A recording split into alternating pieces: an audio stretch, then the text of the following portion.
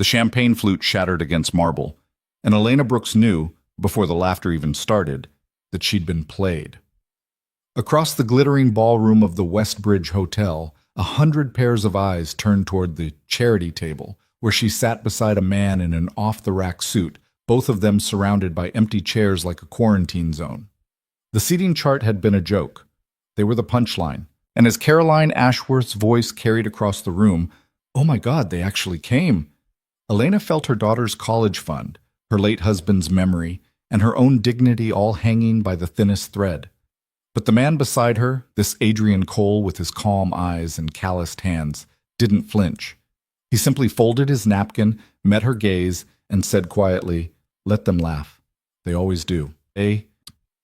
Something in his voice made her wonder, what if he'd heard it all before? What if he knew something she didn't? Want to see how Elena turns humiliation into power? Watch until the end, hit that like button, and drop your city in the comments so I can see how far this story reaches across the world. The invitation had arrived 3 weeks ago, embossed and elegant, addressed to Mrs. Elena Brooks in script so perfect it looked machine-generated, which it probably was.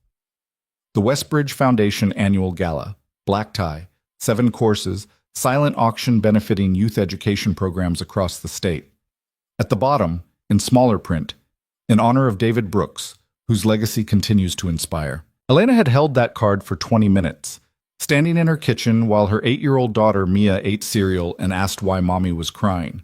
She wasn't crying, not exactly, but David had been gone for 2 years, and sometimes the world still remembered him in ways that felt like reopening a wound just as it started to heal. He'd taught high school chemistry for 15 years, had founded a summer science program for underprivileged kids, had died of an aneurysm on a Tuesday afternoon while grading lab reports. No warning, no goodbye. Just there, and then gone. The foundation had given him a posthumous award last year. Elena hadn't attended, couldn't afford the babysitter, couldn't stomach the pity. But this year Mia was older, could stay with the neighbor, and the invitation felt less like an option and more like an obligation. David would have wanted her to go, would have said something about showing up, about honoring the work, about not letting grief turn her invisible. So she'd pulled her only good dress from the back of the closet, the navy one she'd worn to her cousin's wedding 4 years ago, and she'd practiced her smile in the mirror until it looked almost real. Now, standing in the Westbridge Hotel ballroom under chandeliers that probably cost more than her annual salary, Elena was regretting every decision that had led her here. The room was enormous, vaulted ceilings, floor-to-ceiling windows overlooking the city, tables draped in white linen that probably cost more to clean than her monthly grocery bill. Women in designer gowns clustered near the bar, diamonds catching the light with every gesture. Men in tailored tuxedos discussed stock portfolios and vacation homes, in voices that carried the easy confidence of people who'd never worried about a mortgage payment. Elena clutched her small black purse, Target, 3 years old, clasped slightly bent, and tried to look like she belonged. "Can I help you find your table?" The woman who appeared at her elbow wore a headset and a smile that didn't reach her eyes. Young, maybe 25, with the kind of polished competence that came from working too many events like this. "I'm, Elena Brooks. I should be—" "Brooks," the woman scrolled through a tablet. "Table 12? Something flickered across her face. A hesitation. Then the professional mask snapped back into place. "This way." Elena followed her through the crowd, weaving between tables marked with numbers and elegant calligraphy. Table 1 was near the front, closest to the stage where a podium stood waiting. Tables 2 through 6 formed a semicircle around it. 7 through 11 filled the middle section, each surrounded by well-dressed guests already deep in conversation. Table 12 was in the back corner, near the kitchen doors. Elena felt her stomach drop. "Here you are." The woman gestured to a table set for 8. 7 chairs were empty. One was occupied by a man Elena had never seen before. He looked up as she approached, and for a moment their eyes met. He was maybe 40, with dark hair starting to gray at the temples, wearing a suit that was clean but definitely not custom-made. The kind of suit you bought off the rack at a department store and had altered at the tailor in the strip mall. His tie was straight, his shoes polished, but there was something about him that didn't quite match the room. His hands, resting on the table, were broad and slightly roughened, like someone who worked with them. His face had the kind of weathered quality that came from time spent outside, not in boardrooms. "Looks like we're the lucky ones," he said, his voice carrying a hint of dry humor. Elena managed a weak smile and sat down across from him, leaving an empty chair between them like a buffer. "Elena," she said. "Adrian." They shook hands across the table. His grip was firm, warm, exactly the kind of handshake David used to give, confident but not aggressive. For a moment, neither of them spoke. Around them, the ballroom hummed with conversation and laughter. Crystal clinked against crystal. A string quartet played something classical and expensive sounding near the windows. "So," Adrian said eventually, glancing at the empty chairs surrounding them, "you win a contest, or are you here for the public humiliation?" Elena let out a startled laugh before she could stop herself. It came out louder than she intended, and a few people at nearby tables glanced over. "Both?" she offered.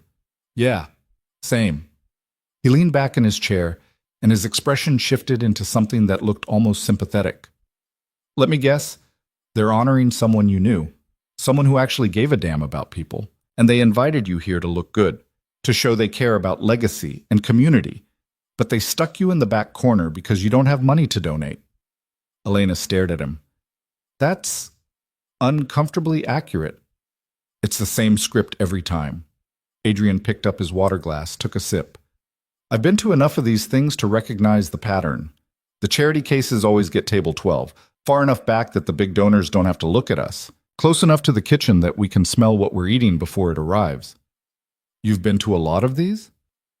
"More than I'd like."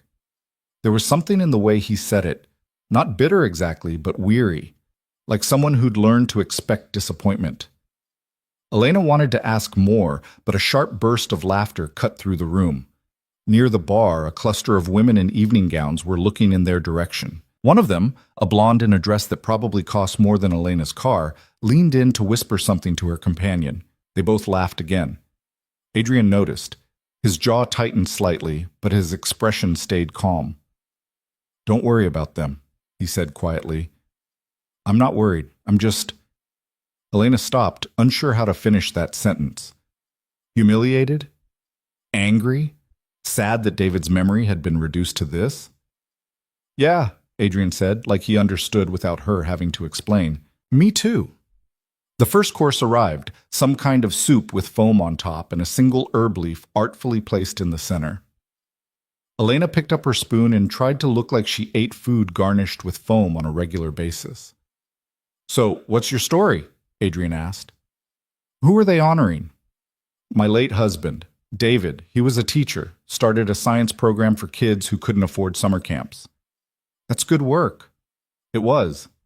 He loved it." Elena stirred her soup without tasting it. "He died 2 years ago. Aneurysm. Just gone." "I'm sorry." The words were simple, but they sounded genuine. Not the performative sympathy people usually offered, the kind that felt more about making themselves feel better than actually acknowledging her loss. "You?" Elena asked. "Who brought you here?" "My daughter's school. I've been—" He paused, choosing his words carefully. "Supporting some of their programs. They thought it would be nice if I attended. And then they stuck you at table 12. Apparently supporting programs isn't the same as writing big checks at galas." Elena smiled despite herself. There was something refreshing about his honesty, the way he named the thing everyone else pretended not to see. Across the room, a woman in a red dress stood up at table 3. She was mid-50s, perfectly coiffed, with the kind of presence that came from years of commanding rooms like this. She tapped a fork against her wine glass, and the conversations gradually died down. "Good evening, everyone. For those of you who don't know me, I'm Caroline Ashworth, co-chair of the Westbridge Foundation." Applause rippled through the ballroom. Caroline smiled, waiting for it to subside. "We are so thrilled to see so many familiar faces tonight, and so many generous donors who make our work possible. Tonight, we celebrate the power of education, the importance of community, and the lasting impact of those who dedicate their lives to lifting others up." More applause. Elena glanced at Adrian. He was watching Caroline with an expression she couldn't quite read, focused but detached, like someone studying a script they'd seen before. "Before we begin the evening's program, I do want to acknowledge some special guests." Caroline's gaze swept across the room and landed briefly on table 12. Her smile didn't waver, but something sharp flickered in her eyes. We have several family members of past honorees joining us tonight, which is just wonderful. It's so important to remember that this work is bigger than any one person. It's about legacy, about continuing the mission even when the original visionaries are no longer with us. The words were gracious. The delivery was perfect, but Elena heard the subtext clearly. You're here because of someone else. You don't belong on your own merit. Beside her, Adrian's hand tightened slightly around his water glass. Caroline continued, introducing board members and major sponsors, each name greeted with enthusiastic applause. When she finally sat down, the room buzzed with renewed conversation. Jesus, Elena muttered under her breath. That's actually restrained for her, Adrian said quietly. I've seen worse. You know her? Of her. She runs in certain circles. Elena wanted to ask what circles, but their waiter arrived with the second course, some kind of fish with sauce drizzled in a pattern that looked like abstract art. They ate in silence for a while. The food was excellent, which somehow made the whole situation worse. Elena tried to focus on the flavor, on the careful presentation, on anything except the fact that she was sitting in the back corner of a room full of people who thought she was a charity case. I have a daughter, Adrian said suddenly. Sophie. She's 9. Elena looked up. Mia, she's 8. Single parent? Widowed. You? Divorced. 3 years now. I'm sorry. Don't be. It was the right call. He set down his fork. But raising a kid alone it's harder than anyone tells you. God, yes. The words tumbled out before Elena could stop them. No one prepares you for how exhausting it is. Not just the physical stuff, though that's brutal, but the mental load, the constant decision-making, the guilt about everything you're not doing right. Adrian nodded. Sophie's teacher called me last month because I forgot it was pajama day at school. Forgot. And I felt like the worst father on the planet because my kid was the only one in regular clothes. Mia had a meltdown last week because I bought the wrong kind of granola bars. Apparently there's a difference between chewy and crunchy, and I'm a monster for not knowing which one she prefers. They both laughed, and this time Elena didn't care who heard. You work? Adrian asked. Part-time at a medical office, front desk stuff, scheduling, insurance claims.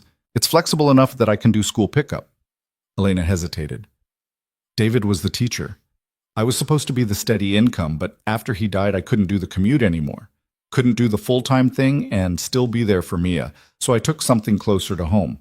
Pays less, but your kid needs you more than she needs a bigger house. Exactly. Same. I used to work longer hours, but after the divorce, I had to scale back. Sophie needs stability more than she needs a college fund right now. There was something intensely relieving about this conversation, about talking to someone who understood the impossible math of single parenthood. Every parenting decision was a trade-off. Money for time, career for presence, self-care for just getting through the day. The third course arrived. Then the fourth. Between bites, Elena and Adrian traded stories. He told her about Sophie's obsession with marine biology, how she made him watch documentaries about octopuses and could name 17 species of jellyfish. Elena told him about Mia's love of theater, how she'd performed an entire scene from Frozen in the grocery store last month and received a standing ovation from the produce section. Does she want to be an actress? Adrian asked. I think she just wants attention, Elena said. Which, makes sense. She lost her dad.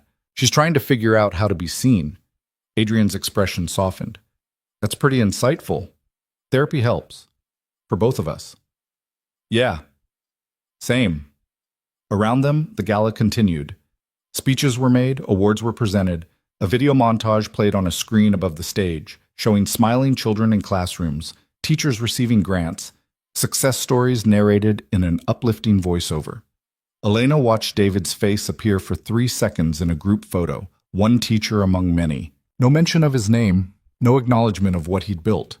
She felt Adrian's gaze on her. You okay? He asked quietly. I don't know why I expected more, Elena admitted. They sent the invitation. I thought maybe they'd actually talk about him, about the program he created, but it's just generic inspiration. They don't see people. They see optics. Adrian's voice had an edge now. This whole night is about making rich people feel good about themselves. Your husband's work is just a prop in their story. Elena wanted to argue, to defend the Foundation's mission, but she couldn't. Because he was right. The silent auction results were announced. Someone had paid $8,000 for a weekend at a vineyard in Napa. Someone else had bid $12,000 for courtside basketball tickets. The amounts were thrown around casually, like pocket change. Elena thought about her rent payment, due in 6 days. Thought about the medical bills she was still paying off from David's hospitalization, even though he'd been gone for 2 years. Thought about how she'd spent 30 minutes at the grocery store last week trying to decide if she could afford the name brand peanut butter or if the store brand was close enough. "I need some air," she said abruptly, standing up. "Want company?" She almost said no, instinct born from 2 years of handling everything alone, but something stopped her. Yeah, actually yes. They left table 12 and headed toward the doors leading to the terrace. Elena was aware of people watching them, of whispers following in their wake, but she kept her head up and didn't look back. Outside, the November air was cold and sharp. The terrace overlooked the city, lights stretching out in all directions. Elena leaned against the railing and let the wind sting her face. "I shouldn't have come," she said. Adrian stood beside her, hands in his pockets. Probably not. David would have hated this. He hated performative charity. Used to say the real work happened in classrooms and community centers, not ballrooms. He sounds like he was a good man. He was. He really was. Elena's voice cracked, and now his memory is just another line item on their tax-deductible donations. For a moment, they stood in silence. Then Adrian spoke, his voice thoughtful. "I think people like your husband, people who do real work, who show up every day without recognition, they don't need galas to prove their worth. The impact is already there. The kids he taught, the programs he built, that's the legacy. Not this." He gestured back toward the ballroom. "This is just theater." Elena turned to look at him. In the dim light from the windows, his face looked serious, almost sad. "You sound like you've given this speech before," she said. "Maybe once or twice." "Who hurt you, Adrian?" He laughed, but it was hollow. "That's a long story. We've got time. I'm not going back in there anytime soon." Adrian considered this, then shrugged. "My ex-wife left because I wasn't ambitious enough. That's what she said. I was working construction, doing project management for commercial buildings. Good money, stable hours, but not impressive enough for her country club friends. She wanted someone who looked better on paper, who drove a nicer car, who could name drop at parties." "That's awful." "It's honest, at least. Better than pretending it was about compatibility or growing apart." He exhaled slowly. "But it taught me something. Taught me that a lot of people can't see value unless it comes with a price tag. And if you're not expensive, you're not worth noticing. Hence table 12. Hence table 12.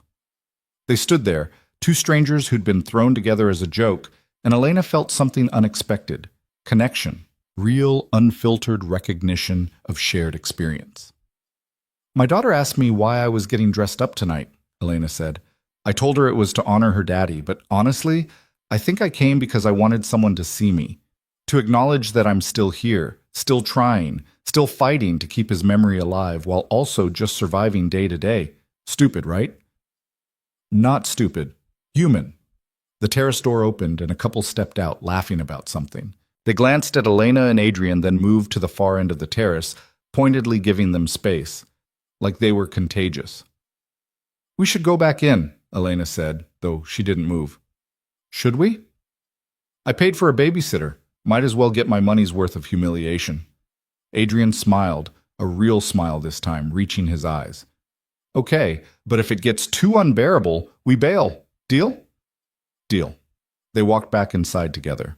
The ballroom felt stuffier now, the air thick with perfume and self-importance.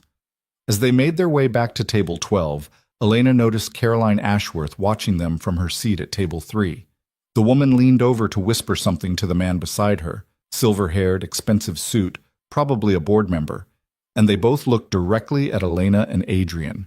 Caroline's expression was calculating, amused, like she was watching a social experiment unfold. Elena felt a flush of anger rise in her chest, but Adrian touched her elbow gently.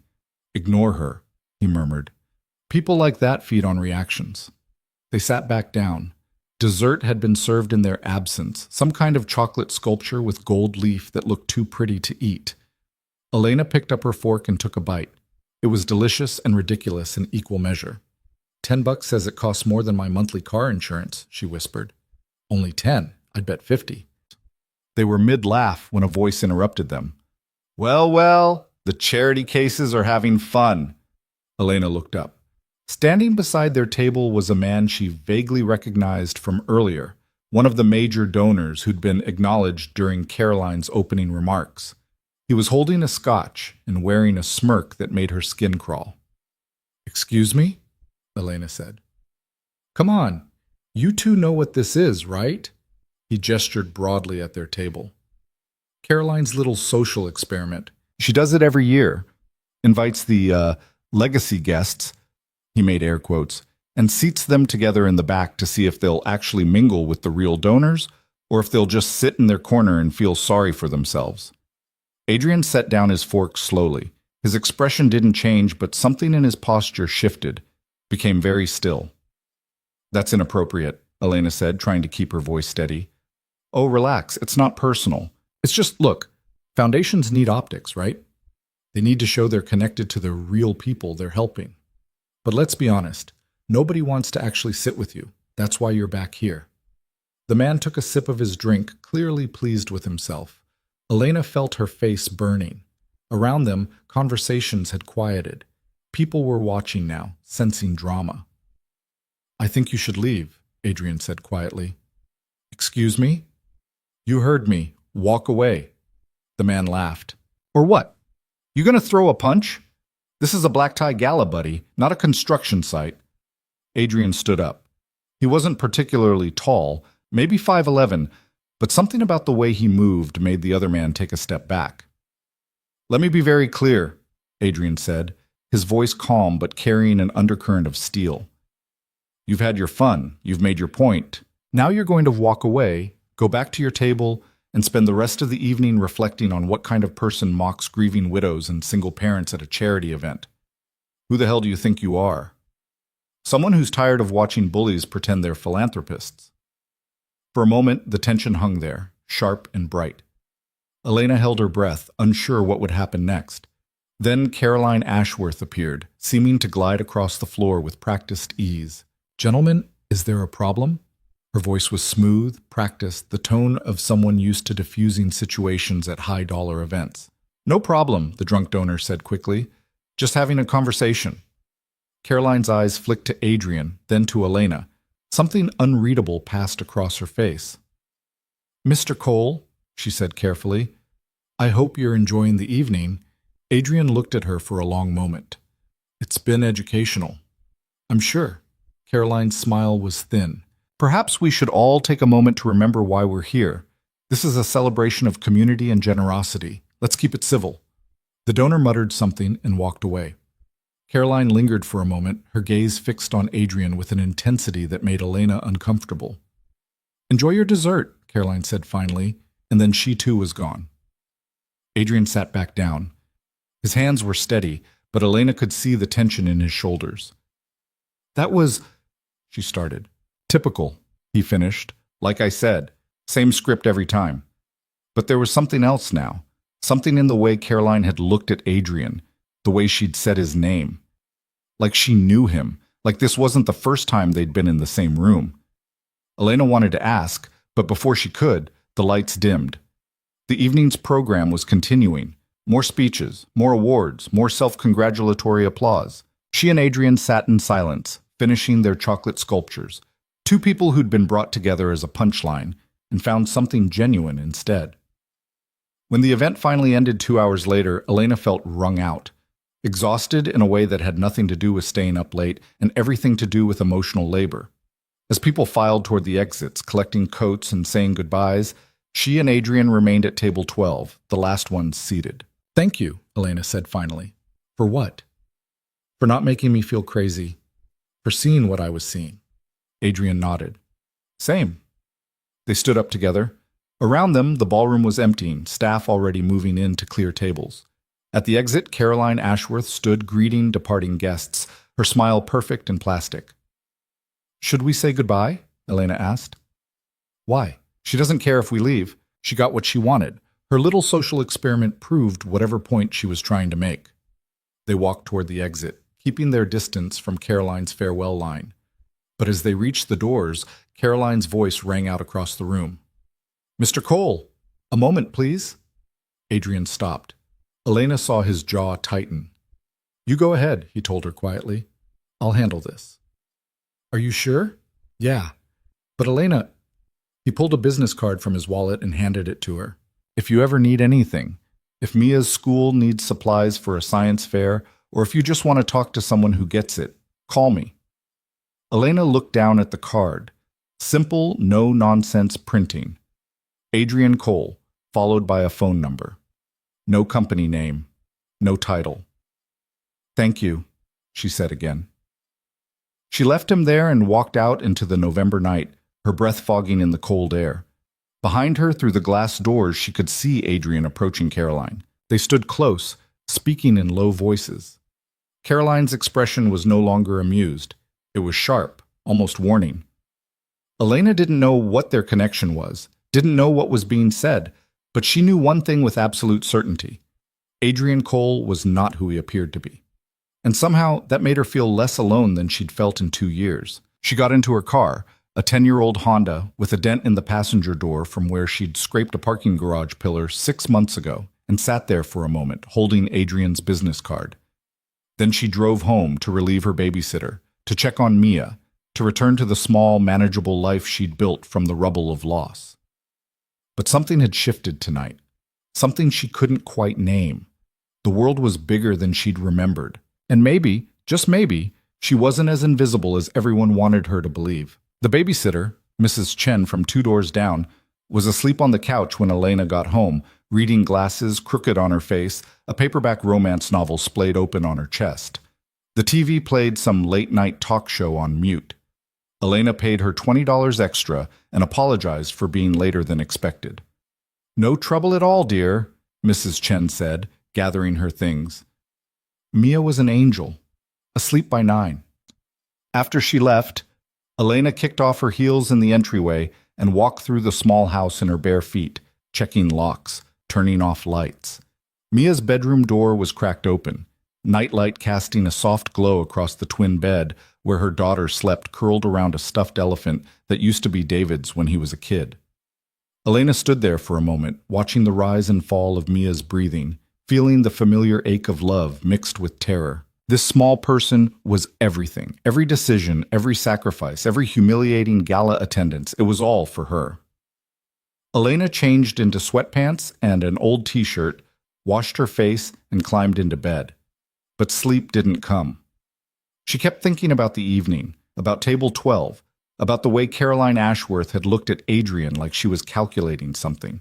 And she thought about Adrian himself, his calm in the face of mockery, the steadiness in his voice when he'd told that drunk donor to walk away, the careful way he'd said people like that feed on reactions, as if he'd spent years learning that lesson. She pulled his business card from her purse and stared at it in the lamplight. Just a name and number. No logo, no company, no title. Who was he? Elena set the card on her nightstand and turned off the light, but her mind kept turning the evening over like a puzzle with missing pieces. 3 days later, she was at work when her phone buzzed with a text from an unknown number. Hi, Elena. It's Adrian from the gala. Hope this isn't weird. Just wanted to check in and see how you're doing after that disaster of an evening. Elena stared at the message for a long moment, then typed back, Not weird. I'm okay. Still recovering from the chocolate sculpture. His response came quickly. That thing probably cost more than my mortgage payment. Ours combined, probably. Listen, I know this is random, but Sophie has a marine biology presentation at school next week, and she's been practicing nonstop. If Mia likes that kind of thing, I thought maybe we could do a park meetup this weekend. Let the kids run around, give us a chance to decompress from gala trauma. Elena hesitated. It had been a long time since she'd made a new friend, and longer still since that friend had been a man. But something about Adrian felt safe, uncomplicated. Like he understood the specific exhaustion of single parenthood and wasn't trying to fix it or minimize it. Mia would love that. She's been driving me crazy with Frozen songs. Needs to burn off energy. Perfect. Saturday at 10? Riverside Park, see you there. Saturday morning arrived cold and bright. Mia was vibrating with excitement, asking 1,000 questions about who this Sophie person was and whether she liked theater and if she'd ever been to Disney World. Elena did her best to answer while packing snacks, juice boxes, string cheese, apple slices, and trying not to overthink what this meetup meant. Riverside Park was crowded with weekend families, kids on the playground, dogs on leashes, joggers on the path that wound along the river. Elena spotted Adrian near the swings, wearing jeans and a fleece jacket, looking more relaxed than he had at the gala. Beside him stood a girl with dark curly hair pulled back in a ponytail, wearing light-up sneakers and a sweatshirt with a cartoon octopus on it. "Hi," Adrian said when they approached. "This is Sophie." Sophie waved shyly. "Hi." "I'm Mia," Elena's daughter announced with the confidence of a Broadway performer. "I'm 8. Do you like singing?" Kind of. Do you want to see me do Let It Go?" "Mia," Elena warned, "maybe let Sophie warm up first." But Sophie was already smiling. "Okay, sure." And just like that, the kids were off, running toward the playground, leaving Elena and Adrian standing there like abandoned luggage. "That was easy," Adrian said. "Mia makes friends like it's an Olympic sport. I have no idea where she gets it from." David and I were both introverts. They started walking along the path, keeping the playground in sight. The morning air smelled like fallen leaves and coffee from the cart near the park entrance. Other parents clustered on benches, scrolling phones while half watching their children. "So," Elena said, "have you recovered from the gala?" "Mostly, although I did have a fun conversation with my ex-wife afterward." "Oh no."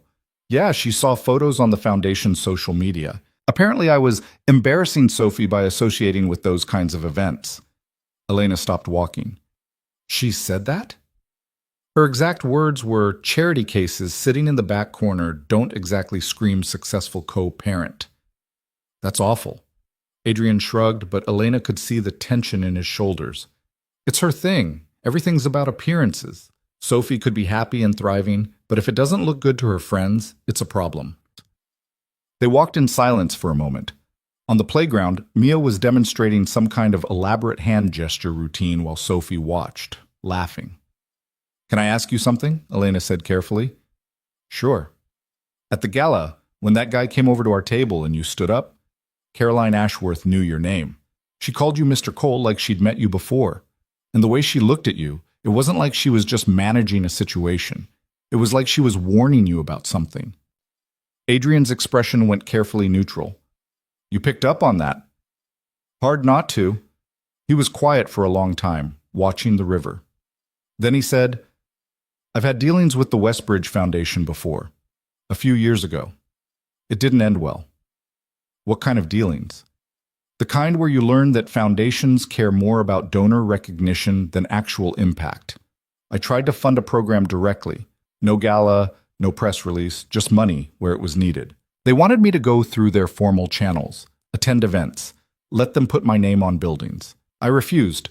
Caroline took it personally." "So she invited you to the gala and stuck you at table 12 as payback?" "Probably. She likes reminding people who's in control." Elena processed this. "But if you are funding programs, you must have money. Why would she treat you like a charity case?" Adrian smiled, but it was bitter. "Because I don't play the game. I don't network. I don't schmooze.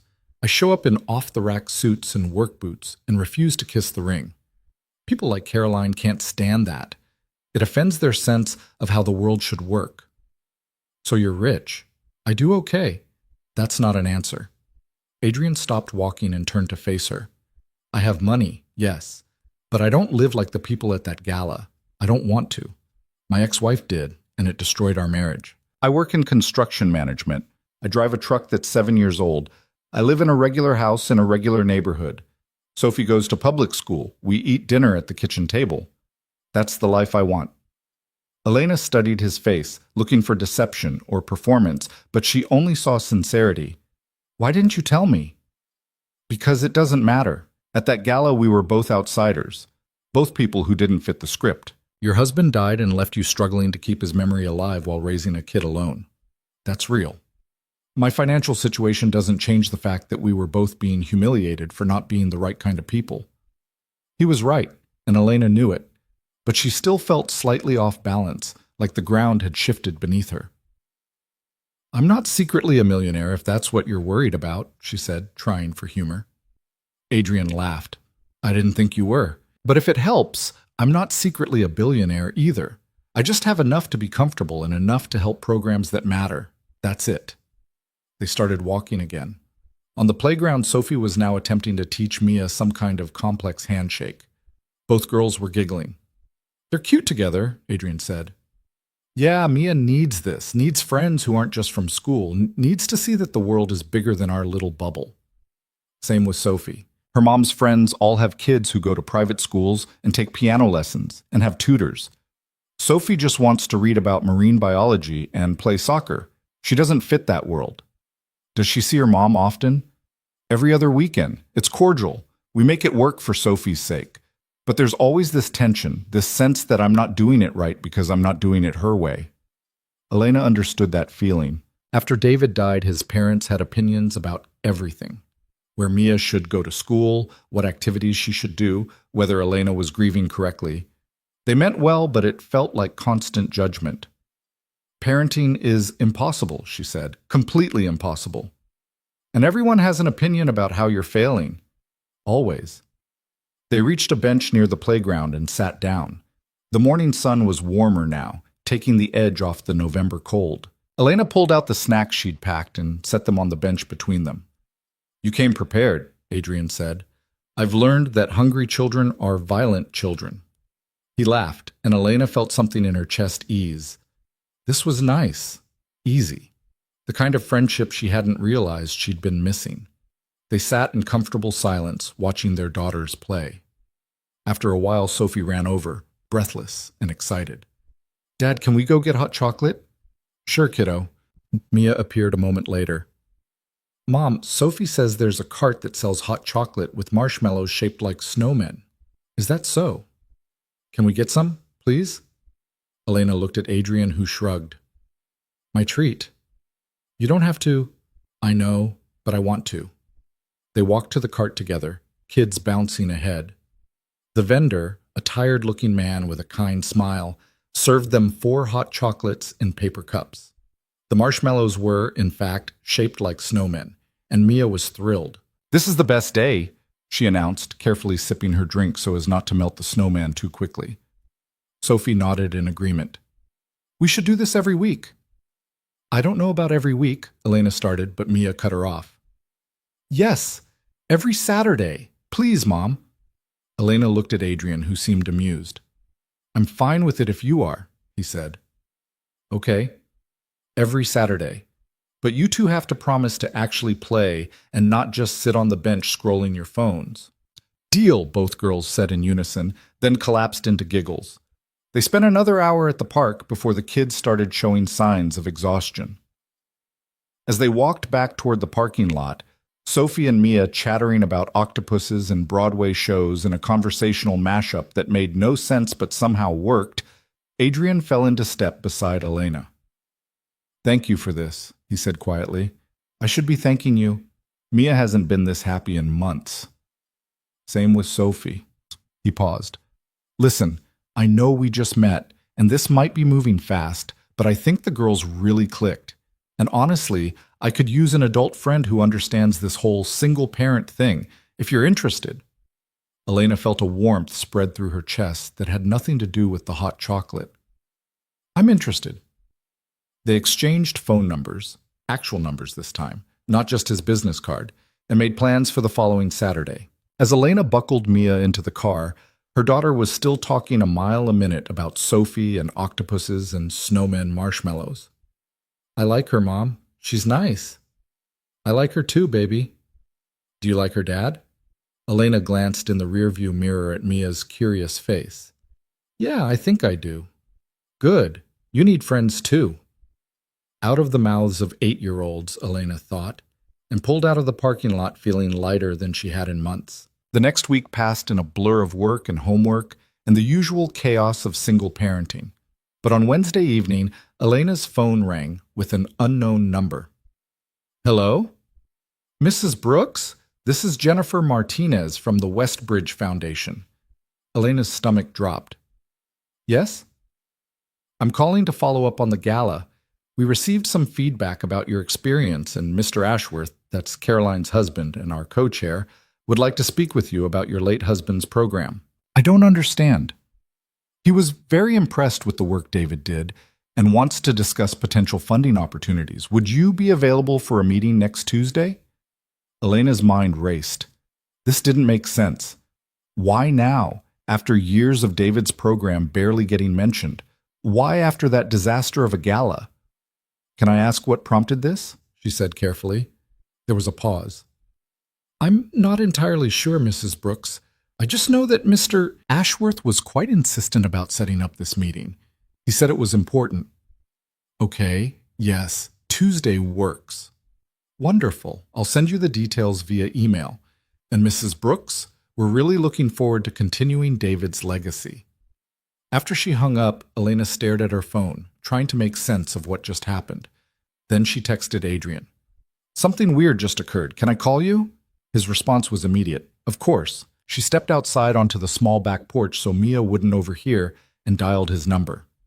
What's going on? Adrian asked. Elena explained the call, the sudden interest from the foundation, the strange timing. That's Caroline's move, Adrian said, and she could hear the frustration in his voice. She does this. She humiliates people publicly, then swoops in with an offer to make things right. It makes her look magnanimous while also keeping people dependent on her approval. So I shouldn't take the meeting? No, you should definitely take it. But go in with your eyes open. Whatever they're offering, it's going to come with strings. What kind of strings? The kind where they own the narrative, where David's program becomes their program, where you show up at galas and smile for photos and thank them publicly for their generosity. Elena felt something cold settle in her stomach. I don't want that. I know. But here's the thing. They have resources you need. If they're genuinely offering to fund the program, that could help a lot of kids. You just have to decide if you can live with the compromises. Did you? When they wanted to put your name on buildings? Adrian was quiet for a moment. No, I couldn't. But my situation was different. I had the luxury of walking away. You might not. Elena leaned against the porch railing, staring out at her small backyard where Mia's soccer ball sat abandoned in the grass. David would hate this. He'd tell me to turn them down, to find another way. Maybe. Or maybe he'd tell you to use every tool available to help those kids, even if it meant playing a game he didn't like. You didn't know him. No, but I know what it's like to want to do right by someone's memory while also living in reality. And reality is complicated. Elena closed her eyes. I hate that you're right. Yeah, me too. They talked for another 20 minutes, Adrian walking her through what to expect in the meeting, what questions to ask, what red flags to watch for. By the time they hung up, Elena felt slightly less terrified and slightly more prepared. Mom? Mia's voice came through the screen door. Who are you talking to? Just a friend, baby. Is it Sophie's dad? Maybe. Are you guys like boyfriend and girlfriend now? What? No, we're just friends. Okay. But if you were boyfriend and girlfriend, that would be fine. He seems nice. Elena came back inside and found Mia curled up on the couch with her homework. When did you get so wise? I was born wise. You just didn't notice. Fair enough. That night, after Mia was asleep, Elena pulled out the old file box where she kept David's papers. His teaching materials, letters from former students, the original grant proposal for his summer science program. She read through it all, trying to reconnect with his vision, his passion, his belief that every kid deserved access to education regardless of their family's income. He'd written in one letter to a donor, "This isn't charity, this is investment. These kids aren't broken things that need fixing. They're brilliant minds that need opportunity. The return on this investment will be scientists, engineers, teachers who change the world, but only if we give them the chance." Elena pressed the letter to her chest and let herself cry. Not from sadness exactly, but from the weight of trying to honor something bigger than herself, while also just trying to survive. Tuesday arrived too quickly. Elena took a half day off work, dropped Mia at school, and drove to the Westbridge Foundation's office in the financial district. The building was all glass and steel, lobby filled with abstract art that probably cost more than Elena's annual salary. She gave her name to the receptionist, a young woman with perfect makeup and a practiced smile, and was directed to the elevators. 14th floor, Mr. Ashworth's office is at the end of the hall. The elevator was mirrored on all sides, and Elena caught multiple reflections of herself. Navy dress pants, white blouse, minimal jewelry. She looked professional, competent, like someone who belonged in a building like this. The illusion was almost convincing. The 14th floor was quieter than the lobby, carpeted hallways leading to offices with frosted glass doors. At the end of the hall, a brass nameplate read, Richard Ashworth, co-chair. Elena knocked. Come in. The office was enormous, floor-to-ceiling windows overlooking the city, massive desk, leather furniture that looked hand-stitched. Richard Ashworth stood up from behind his desk. Mid-60s, silver hair, expensive suit. He looked like the kind of man who'd never worried about a mortgage payment in his life. Mrs. Brooks, thank you for coming. His handshake was firm but perfunctory. Please, sit. Elena sat in one of the leather chairs facing his desk. It was lower than his chair, she noticed. A power move. I'll get right to the point, Richard said, settling back into his seat. My wife Caroline told me about the gala, about your table placement. I want to apologize for that. It was inappropriate and not reflective of how we value the families of our honorees. Thank you, Elena said, though she didn't believe him for a second. Your late husband did remarkable work. The summer science program he created has served nearly 200 students over the years. That's significant impact. It was his passion. And we'd like to expand it, double the enrollment, extend the program to 8 weeks instead of 6, bring in additional teachers and resources. We're prepared to fund this expansion fully. Elena's heart jumped. That's incredible. David would have been thrilled. There are some conditions, of course. There it was. Elena kept her expression neutral. What kind of conditions? The program would operate under the Westbridge Foundation umbrella. We'd handle all logistics, fundraising, marketing. You would serve on the advisory board, provide input on curriculum, represent the program at donor events. Donor events, like the gala. Exactly. We'd need you to be visible, to tell David's story, to help us connect with potential supporters. Your lived experience is valuable, Mrs. Brooks. People respond to authentic stories. Elena felt something twist in her gut. This was exactly what Adrian had warned her about. They wanted to package her grief, her struggle, her late husband's work into a neat narrative that made rich people feel good about writing checks. And if I say no? She asked. Richard's expression didn't change, but something cold flickered in his eyes.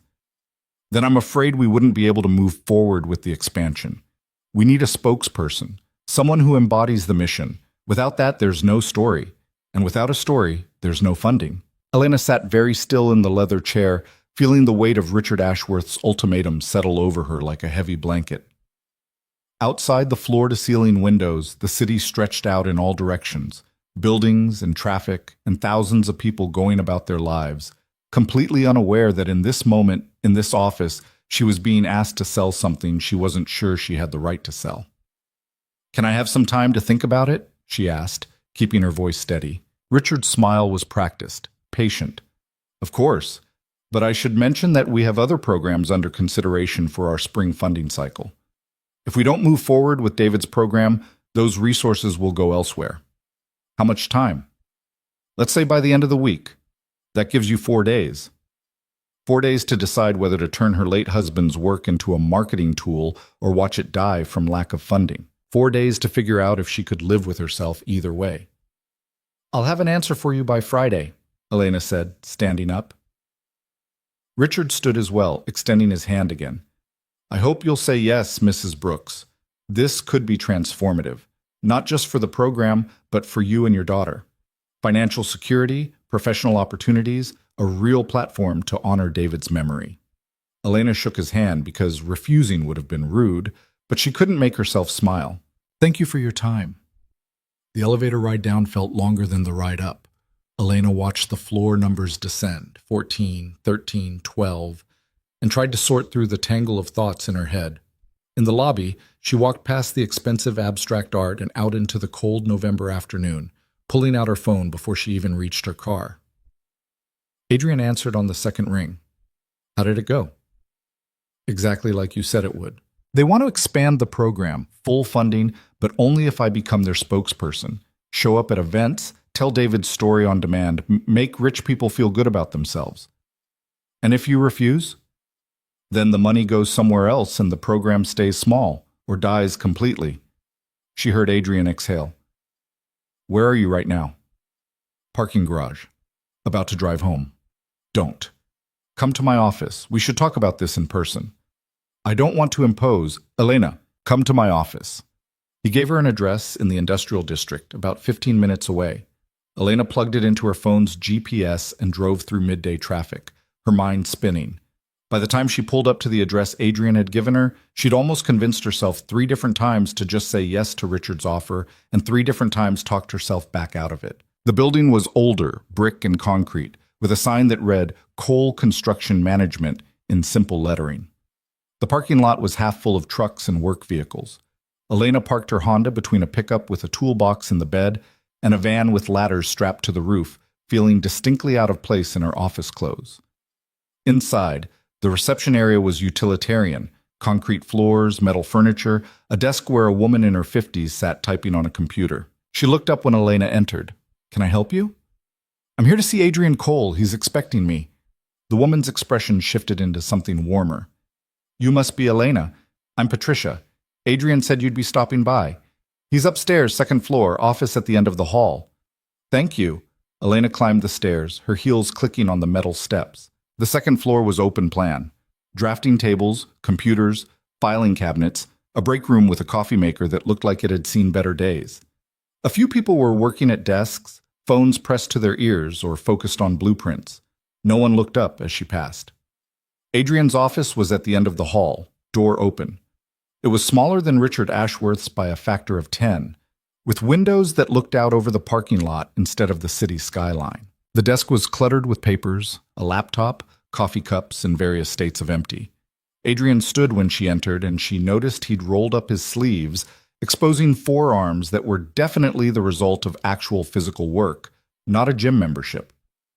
That was fast, he said. I drive aggressively when I'm stressed. Fair enough. Sit. Want coffee? It's terrible, but it's hot. I'll pass. Elena sat in the chair across from his desk. Normal height, she noticed, not a power move in sight. Adrian settled back into his own chair and waited. They're offering everything, Elena said. Full funding, program expansion, resources David only dreamed about. And all I have to do is show up at galas and smile and tell our story to people who humiliated me 2 weeks ago. That's the trade. It feels like I'm selling him, like I'm turning his work into a commodity. Adrian leaned forward, elbows on his desk. Can I tell you something? When I first started making real money, and I mean real money, not just comfortable but actually wealthy, I thought I could fund programs directly and skip all the foundation bureaucracy. I thought I could just write checks to schools and community centers and cut out the middlemen. What happened? I learned that money without infrastructure doesn't work. Schools couldn't accept direct donations without tax complications. Programs needed legal frameworks and insurance and oversight. The foundations exist for a reason, even if the people running them are insufferable. They have the systems in place to actually move resources where they're needed. So you're saying I should take the deal? I'm saying it's more complicated than sell out or stay pure. If you say yes, 200 kids become 400 kids. David's program survives and grows. That's real impact. But you're right that there's a cost. You'll have to perform your grief for people who see you as a story, not a person. You'll have to be grateful to people like Caroline Ashworth, who think humiliation is funny. That's the price. Elena pressed her palms against her eyes. I don't know if I can do that. Then don't. She looked up. But the kids, there are other ways to help kids. Smaller ways, maybe. Slower ways. But if this breaks you, if playing this game destroys what's left of your spirit, then it's not worth it. David wouldn't want that. You didn't know David. No, but I know you, And in the 2 weeks since that gala, you've been honest and funny and real. If you take this deal and it turns you into someone who performs instead of lives, then you'll hate yourself. And your daughter will notice. Elena felt tears prick at her eyes and tried to blink them away. I hate that there's no good answer. Welcome to being an adult. It's all impossible choices and regret. Despite everything, Elena laughed. You're not great at pep talks.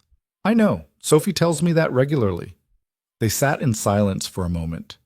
Through the window, Elena could see workers loading equipment into trucks, normal people doing normal work, their lives uncomplicated by foundations and legacies and moral quandaries. What would you do? She asked finally. Adrian considered this carefully. I'd take the meeting with Richard again. I'd tell him, yes, you'll be their spokesperson, but on your terms. You'll attend events, but you get to approve what you say and how David's story is told. You'll represent the program, but you get a seat on the actual decision-making board, not just an advisory position. You'll help them fundraise, but a percentage of donations has to go directly to program costs, not administrative overhead. You think he'd agree to that? I think he needs you more than you need him. Right now, that program is just numbers on a spreadsheet. But you make it real. You make it a story donors can connect to. That's valuable. Don't give it away for free.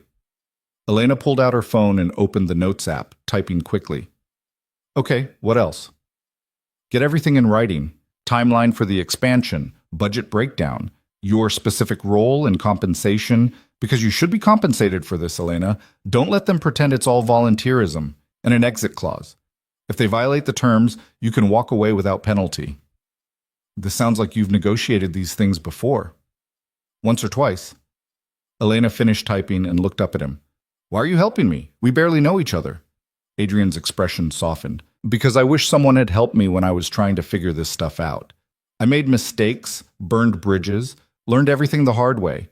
And because Sophie really likes Mia, and if you disappear from our lives because a foundation crushed your spirit, I'll have to explain to my 9-year-old why her new friend isn't coming to the park anymore.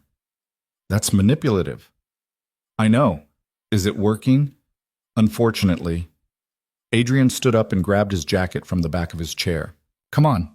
I'm taking you to lunch. You need to eat something before you go home and stress spiral. I don't stress spiral. Elena, I've known you for 2 weeks and I've already seen you stress spiral twice. Fine, but nowhere fancy. I can't handle fancy right now. There's a taco place 2 blocks from here. Plastic chairs, salsa that'll burn your face off. Absolutely zero ambiance. Perfect. They left the office together and Patricia waved as they passed the front desk. Outside, the November air was cold enough to sting, and Elena was grateful for it. The physical discomfort of the cold was easier to handle than the emotional discomfort of the decision she was facing. The taco place was exactly as advertised, a hole in the wall with 6 tables, a counter where you ordered, and a menu written in marker on a whiteboard. They got carnitas and al pastor and horchata, and sat at a table near the window. This is good, Elena said around a mouthful of taco. I know, I come here twice a week. Does Sophie like it? She's obsessed with the chips, eats her weight in them every time. They ate in comfortable silence for a while. The lunch rush filled the small space with construction workers and delivery drivers, everyone focused on their food and their phones. It felt real in a way the Westbridge Foundation office hadn't. People working hard, taking a break, then going back to work. No performance, no pretension. Can I ask you something? Elena said, wiping salsa from her chin with a napkin. Sure. What happened with the foundation? You said you'd had dealings with them before and it didn't end well. What did they do? Adrian set down his taco and took a drink of horchata, clearly deciding how much to share. 3 years ago, right after my divorce, I wanted to fund a scholarship program for kids from low-income families. Full ride to college, mentorship, the works. I approached the Westbridge Foundation because they had infrastructure in place for that kind of thing. Caroline was very enthusiastic at first, said it was exactly the kind of program they wanted to support. But she wanted to attach conditions. The scholarships would be called the Ashworth Scholars Program, not the Cole Program. I'd have to attend quarterly galas and donor dinners. I'd have to let them feature my story, divorced dad rebuilding his life through philanthropy, that whole narrative. And when I said no, when I said I just wanted to fund the program quietly without making it about me, she got offended. What did she do? Told other foundations that I was difficult to work with, spread rumors that I was using philanthropy for tax evasion, made it harder for me to fund programs through legitimate channels. Adrian's voice was calm, but Elena could hear the anger underneath. She couldn't stand that I didn't need her validation, couldn't stand that I had resources but refused to play the game. That's vindictive. That's Caroline. Everything is about power and control. She doesn't do philanthropy because she cares about people. She does it because it gives her a platform to be important. Elena thought about the gala, about the way Caroline had looked at them at table 12 like they were a science experiment. So when she seated us together in the back corner, she was sending a message to you, to me, to everyone in that room. This is what happens when you don't fit the script. But you didn't react. You just sat there and had a normal conversation with me. Because that's how you win with people like Caroline. You refuse to give them what they want. They want humiliation, embarrassment, anger. If you just exist calmly and don't apologize for who you are, it drives them crazy. Elena finished her taco and started on another one. I think I'm starting to understand why Richard Ashworth wants me to say yes so badly. Why's that? Because if I say no, it proves that they don't actually have the power they think they have. It proves that David's work exists independent of their foundation, and that they need us more than we need them. Adrian smiled. Now you're getting it. But I still haven't solved the problem. Those kids still need the program, and I still can't fund it myself. No. But now you know what you're negotiating with, and you know what leverage you have.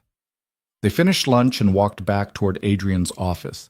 The afternoon sun was trying to break through the clouds, not quite succeeding, but making the effort. Elena felt steadier than she had in the parking garage, like the impossible decision had become slightly less impossible. Thank you, she said when they reached her car. For terrible tacos and cynical advice? For caring. For not pretending this is simple when it's not. Adrian looked like he wanted to say something else, but his phone buzzed. He glanced at it and frowned. It's Sophie's school. I should take this. Go. I'm fine. He answered the call as he walked back toward the building, and Elena got into her car. She sat there for a moment, watching him through the window of the reception area, pacing as he talked. Then she pulled out her phone and texted him. Dinner Saturday after the park? My place. I'll cook. Nothing fancy. Just thanks for being a decent human. His response came 5 minutes later. Sophie says yes before I even finished reading your text. Apparently we're coming. Elena smiled and started the car. She had 4 days to figure out what to tell Richard Ashworth. 4 days to decide if she could live with performing her grief or live with letting David's program stagnate. 4 days to become someone who could negotiate with people who saw her as a story instead of a person. It felt completely impossible, and maybe barely possible at the same time. When she got home, Mia was already there. The bus dropped her at Mrs. Chen's house on days when Elena worked late. She found them in Mrs. Chen's kitchen, Mia eating apple slices and telling some elaborate story about recess. Mom! Mia jumped up. Can Sophie come over on Saturday? Her dad said they might. Already invited. They're coming for dinner. Yes. Mia did a little dance. Can we make spaghetti? Sophie said she likes spaghetti. Sure, baby. Spaghetti it is. That night, after Mia was asleep, Elena spread out papers on the kitchen table. David's old grant proposal, the foundation's preliminary funding offer that had arrived via email, notes from her conversation with Adrian. She made a list of non-negotiables, control over how David's story was told, actual decision-making power, fair compensation, exit clause. Then she practiced saying them out loud until they sounded confident instead of desperate. The next 3 days passed in a blur of work and research and second-guessing. Elena called the high school where David had taught and spoke to his former principal, who confirmed that yes, the summer science program was needed, and yes, expansion would help more kids, but also yes, the foundation could be difficult to work with. She called 2 of David's former colleagues who'd helped run the program and got similar feedback, grateful for resources but frustrated by bureaucracy. By Thursday evening, Elena had her answer. She called Richard Ashworth's office and left a message with his assistant. She'd meet with him Friday morning, and she had terms to discuss. Friday arrived cold and gray, threatening snow. Elena dressed carefully. Same navy pants, same white blouse, but this time she added David's watch, the one she'd kept in her jewelry box for 2 years because wearing it felt too painful. Today, it felt right, like he was with her. Richard's office looked the same as before. Intimidating windows, leather furniture, power dynamics built into the architecture. But this time, Elena didn't sit in the chair he offered. She stayed standing. "I've thought about your offer," she said without preamble, "and I have conditions." Richard's eyebrows rose slightly. "Conditions?" "I'll be your spokesperson. I'll attend events, help with fundraising, tell David's story, but I get approval over how that story is told. No scripting my words, no putting narratives in my mouth that I don't agree with." "That's reasonable. I'm not finished. I want a seat on the actual board, not the advisory committee. I want voting power on how the program operates and where the money goes. I want a contract that specifies exactly what my role is and how much time I'm expected to contribute. And I want to be compensated. Not token volunteer appreciation, actual payment for my time." Richard's expression had gone from patient to calculating. "Those are significant asks. They're fair asks. You need me to make this program compelling to donors. I need to know that I'm not just being used as a prop. This is a partnership or it's nothing. And if we say no?" Elena had practiced this moment in her head 100 times. "Then I take David's program elsewhere. There are other foundations, other funding sources. It might take longer and be harder, but I'll find a way that doesn't require me to sell my integrity." It was a bluff. She had no idea if she could actually do that, but Richard didn't know that. He studied her for a long moment, and Elena forced herself to meet his gaze without flinching. Finally, he smiled. A real smile, not the practiced one. "You've been talking to Adrian Cole." Elena didn't confirm or deny. "Smart. He knows how this game works." Richard walked to the window and looked out at the city. "Here's what I can offer. Board seat, yes. Compensation, yes. Though it'll be structured as a consulting contract to keep things clean. Approval over your story, within reason. We'll work together on messaging, but final say is yours. But I need you committed for at least 2 years. This only works if there's continuity. 1 year, renewable if both parties agree. I'm not locking myself into something I might regret. 18 months. Done." Richard turned back to face her. "I'll have the lawyers draft a contract. You should have a lawyer review it." "I will." "Good." He extended his hand. "Welcome to the Westbridge Foundation, Mrs. Brooks. I think this is going to be a productive partnership." Elena shook his hand, feeling both victorious and slightly terrified. "I hope so." She left the office with her head up and her heart pounding. In the elevator, she let herself breathe for what felt like the first time in an hour.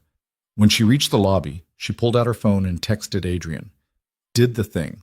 Got the board seat and the compensation. Probably made a deal with the devil, but at least I negotiated the terms. His response was immediate. "Proud of you. See you tomorrow for spaghetti." Elena walked out into the November cold and drove to pick up Mia from school. Her daughter came running out of the building with her backpack bouncing, face lit up with excitement about something that had happened at lunch. Elena hugged her tight and listened to the story about a boy who'd brought a lizard to school and how the teacher had screamed and everyone had laughed.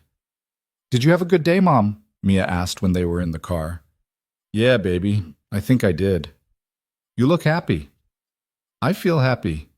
That night, Elena made Mia's favorite dinner, grilled cheese and tomato soup, and they ate on the couch while watching a cooking competition show.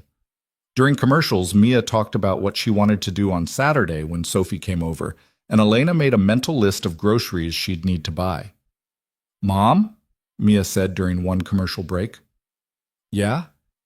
"Is Sophie's dad your boyfriend?" Elena nearly choked on her soup. "What? No, we're friends." "But you smile differently when you talk about him." "I do not." "You totally do. It's okay if you like him. I think you should have a boyfriend. You're too young to be alone forever." "I'm not alone. I have you." "That's different. I mean, like a grown-up person to do grown-up stuff with." Elena set down her soup bowl and looked at her daughter. "Where is this coming from?" Mia shrugged. "Sophie said her dad is happier now than he used to be, and you're happier now too. So maybe you're both happy because of each other. Or maybe we're both happy because you two are friends. And it's nice to have people who understand what it's like to be a single parent." "Sure, Mom, whatever you say." The knowing tone in Mia's voice made Elena laugh despite herself. When did you get so wise? I told you, born that way. Saturday morning arrived with actual snow. Not much, just a dusting that made everything look clean and new. Mia was up early, vibrating with energy, asking every 5 minutes when Sophie was going to arrive. Elena made breakfast and checked the recipe for spaghetti sauce 3 times, even though she'd made it 100 times before. At 10 o'clock, they headed to Riverside Park. The playground was less crowded than usual, other families probably deterred by the cold and snow.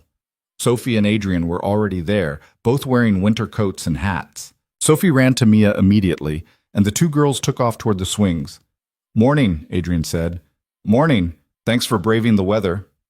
Sophie would have walked here barefoot if I'd tried to cancel. She's been talking about this all week.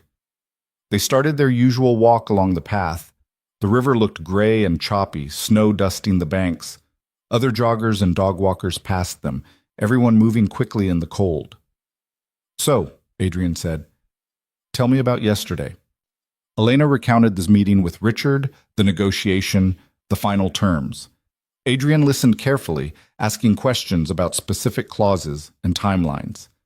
You did well, he said when she finished. Better than well. You went in there prepared and came out with leverage. I kept thinking about what you said, about knowing what I was negotiating with. You did the hard part. Now you just have to follow through. That's the part I'm worried about. What if I can't do it? What if I show up at the next gala and freeze? Then you freeze, and then you unfreeze and keep going. Nobody does this perfectly. They walked in silence for a while.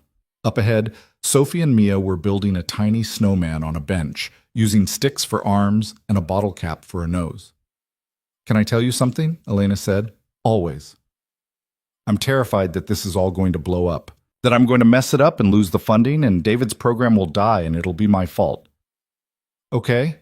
And I don't know. I guess I just needed to say it out loud. Adrian stopped walking and turned to face her. Elena, you're doing something incredibly hard. You're trying to honor your late husband's work while also protecting yourself and your daughter. You're negotiating with people who have way more power and resources than you do, and you're doing it while working part-time and raising an 8-year-old alone. If you mess up, which you probably will because everyone messes up, it won't be because you didn't try hard enough. It'll be because the system is rigged against people like us. People like us? People who aren't rich enough or connected enough or willing to play the game exactly the way the powerful people want us to. But here's the thing, even in a rigged system, you can still win, just not the way they expect you to. Elena felt something loosen in her chest. How did you get so good at this? Years of being angry and then learning to channel it into something useful. He smiled. Also therapy. Lots and lots of therapy. Same. They collected the girls and headed back to Elena's house. Mia and Sophie ran ahead, throwing tiny snowballs at each other and shrieking with laughter. Elena and Adrian followed at a slower pace, comfortable in their silence. At the house, Elena got the girls set up with coloring books at the kitchen table while she started on the spaghetti sauce. Adrian offered to help, and she put him in charge of garlic bread. They worked side by side in the small kitchen, occasionally bumping elbows, and it felt natural in a way Elena hadn't expected. Sophie told me she wants to be a marine biologist, Elena said, chopping onions. This week. Last month she wanted to be a veterinarian. Month before that, an astronaut. That's normal. Mia wants to be everything. Yesterday it was a Broadway star. Today it might be a firefighter. Do you ever wonder what we're supposed to tell them about careers, like follow your dreams, but also be realistic, but also don't give up, but also have a backup plan? All the time. I have no idea what I'm doing. Thank goodness. I thought it was just me. They finished cooking and called the girls to the table. Dinner was loud and messy, with Sophie explaining octopus facts in between bites of spaghetti and Mia performing a scene from a musical she'd made up on the spot. Elena watched Adrian laugh at something Sophie said, watched the easy affection between father and daughter, and felt something she hadn't felt in 2 years. Hope that maybe life could be more than just survival. After dinner, while the girls played in the living room, Elena and Adrian cleaned up the kitchen. She washed, he dried, and they fell into an easy rhythm. This was nice, Adrian said quietly. Yeah, it was. We should do it more often. Agreed. He set down the dish towel and turned to face her. Elena, I need to tell you something. Her heart jumped. Okay. I like spending time with you, and I know we said we were just friends, and we can absolutely keep it that way if that's what you want. But I think you should know that I'm interested in more than friendship, and I'm willing to wait until you're ready, if you're ever ready, because I know you're still grieving, and I don't want to pressure you. But I needed to say it, so you know. Elena stood at the sink with soapy hands, looking at this man who'd shown up at exactly the right moment and been exactly the right kind of person. She thought about David, about the life they'd had together, about the fact that she'd probably always love him and always miss him. But she also thought about Mia's question, "You're too young to be alone forever," and realized her daughter was right. "I'm not ready yet," she said carefully, "but I might be. Someday. And I'd like you to still be around when that day comes." Adrian smiled. "I can work with that." They went back to washing dishes like the conversation hadn't just shifted the entire landscape of their relationship. Elena scrubbed a pot with more focus than it required, aware of Adrian's presence beside her in a way she hadn't been 10 minutes ago. In the living room, Mia and Sophie were staging some kind of elaborate performance involving stuffed animals and a blanket fort, their voices carrying through the house in waves of laughter. "Do you want to tell the girls?" Adrian asked quietly, drying the last plate. "Tell them what? That we might date eventually? That seems premature." "Fair point. Sophie would have us married by Christmas if we gave her any indication this was happening. Mia would plan the wedding. She'd insist on theatrical lighting and a choreographed dance number." "That actually sounds amazing." Elena laughed and drained the sink, wiping her hands on a towel. "Let's just keep this simple for now. Friends who might be more than friends someday. The girls don't need to know the details." Agreed. But when they went back into the living room and sat down to watch the girls' performance, which involved a dramatic rescue of stuffed animals from an imaginary ocean, Mia caught Elena's eye and gave her a knowing smile that made it very clear she suspected something had changed. Adrian and Sophie left around 8, after Sophie extracted a promise that they'd come back next Saturday. Elena and Mia stood in the doorway waving as they drove away, cold air rushing into the house. "I like them," Mia said, closing the door. "Me too, baby." "Are you going to marry him?" "What? No, we're friends." "But you want to marry him eventually." Elena stared at her daughter. "How do you even know about this stuff? You're 8. "Mom, I have eyes. And also Taylor's older sister talks about boys all the time at pickup, and I listen." Mia headed toward the stairs. "It's okay if you like him. I approve." "Well, thank goodness for your approval." "You're welcome." Elena shook her head and went to clean up the living room. As she folded the blankets from the fort and picked up scattered crayons, she let herself think about Adrian's words, about the possibility of something more, about what it would mean to let someone new into the life she'd built from grief and determination. It felt terrifying and hopeful in equal measure. The next week brought the contract from Richard Ashworth's lawyers. Elena took it to a legal aid clinic that offered free consultations and spent an hour going through every clause with a tired attorney who looked like she'd seen too many bad contracts to be surprised by anything. "It's actually pretty fair," the attorney said, flipping through pages.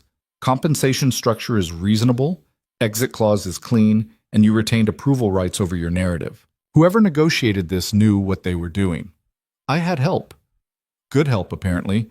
My only suggestion would be to add a clause about intellectual property. Make sure that any recordings or transcripts of your story remain your property, not the foundation's." Elena made a note. "Anything else?" "Get everything about the program expansion in writing. Budget, timeline, oversight structure. Don't let them make verbal promises that aren't backed up by documentation." Elena thanked her and left with the contract covered in sticky notes and annotations. That evening, she emailed Richard's assistant with requested modifications. The response came back within an hour. Approved. They wanted her to start attending board meetings in January, with the first fundraising event scheduled for February. 2 months. She had 2 months to figure out how to be a professional grieving widow while also protecting the integrity of David's work. The thought kept her awake that night, staring at the ceiling while Mia slept down the hall. Eventually, she gave up on sleep and went to the kitchen, pulling out David's old files again. She read through letters from former students, grant reports, photos from summer sessions. There was David in a lab coat, goggles pushed up on his forehead, surrounded by teenagers in safety glasses mixing chemicals. There was David at a whiteboard covered in equations, marker in hand, mid-explanation. There was David at the end of summer celebration, students presenting their projects while parents watched and clapped. He'd been so alive in these photos, so present. And now Elena was supposed to package that aliveness into sound bites for rich people who'd never met him. Her phone buzzed with a text from Adrian. "Can't sleep? How did you know?" "Because I can't sleep either, and I figured you were probably doing the same thing." "Want to talk?" "Yes." He called instead of texting, and Elena took the phone out to the back porch so they wouldn't wake Mia. "Tell me what you're thinking," Adrian said. "I'm thinking that I signed a contract to perform my grief for 18 months, and I don't know if I can actually do it." "That's valid." "I keep looking at pictures of David and wondering what he'd think of all this. Would he be proud that his program is expanding? Or disappointed that I'm playing politics to make it happen?" Adrian was quiet for a moment. "Can I tell you what I think?" "Please." "I think he'd be proud that you're fighting for those kids. I think he'd understand that sometimes you have to work within a broken system to create change. And I think he'd want you to take care of yourself and Mia first. And if that means walking away from this whole thing, he'd support that too." You sound very sure for someone who never met him." "I'm going off what you've told me about him, and everything you've said suggests he was a good man who cared about impact, not ego. Those kinds of people understand compromise." Elena pulled her jacket tighter against the cold. "I'm scared I'm going to mess this up." "You probably will. Not because you're bad at it, but because this is hard and you're human. But messing up isn't the same as failing. You can mess up and still do good work." "Is that from therapy?" "That's from 17 years of construction management and learning that perfect projects don't exist. You do your best, you fix problems as they arise, and you deliver something that works even if it's not exactly what you originally envisioned. I wish I'd met you years ago. I was a mess years ago. Married to the wrong person, working too much, not seeing what was important. You wouldn't have liked me." "I don't believe that." "It's true. I was so focused on proving I was successful that I forgot to actually live. Took a divorce and a custody battle to wake me up." Elena heard something in his voice.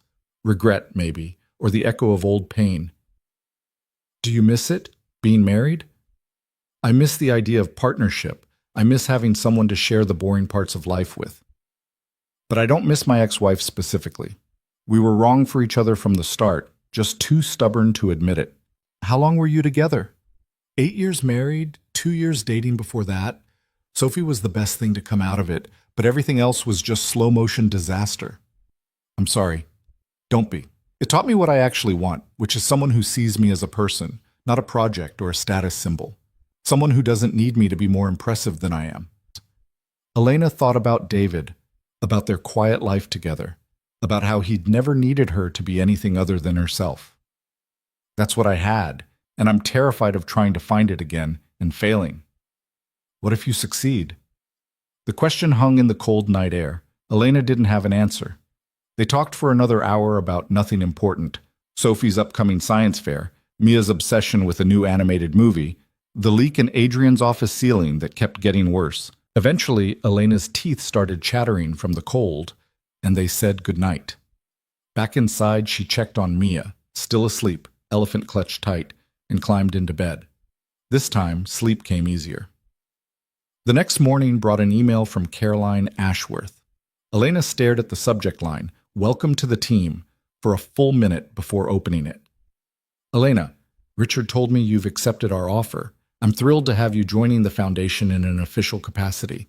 I know we got off to a rocky start at the gala, and I want to apologize for any discomfort that evening may have caused.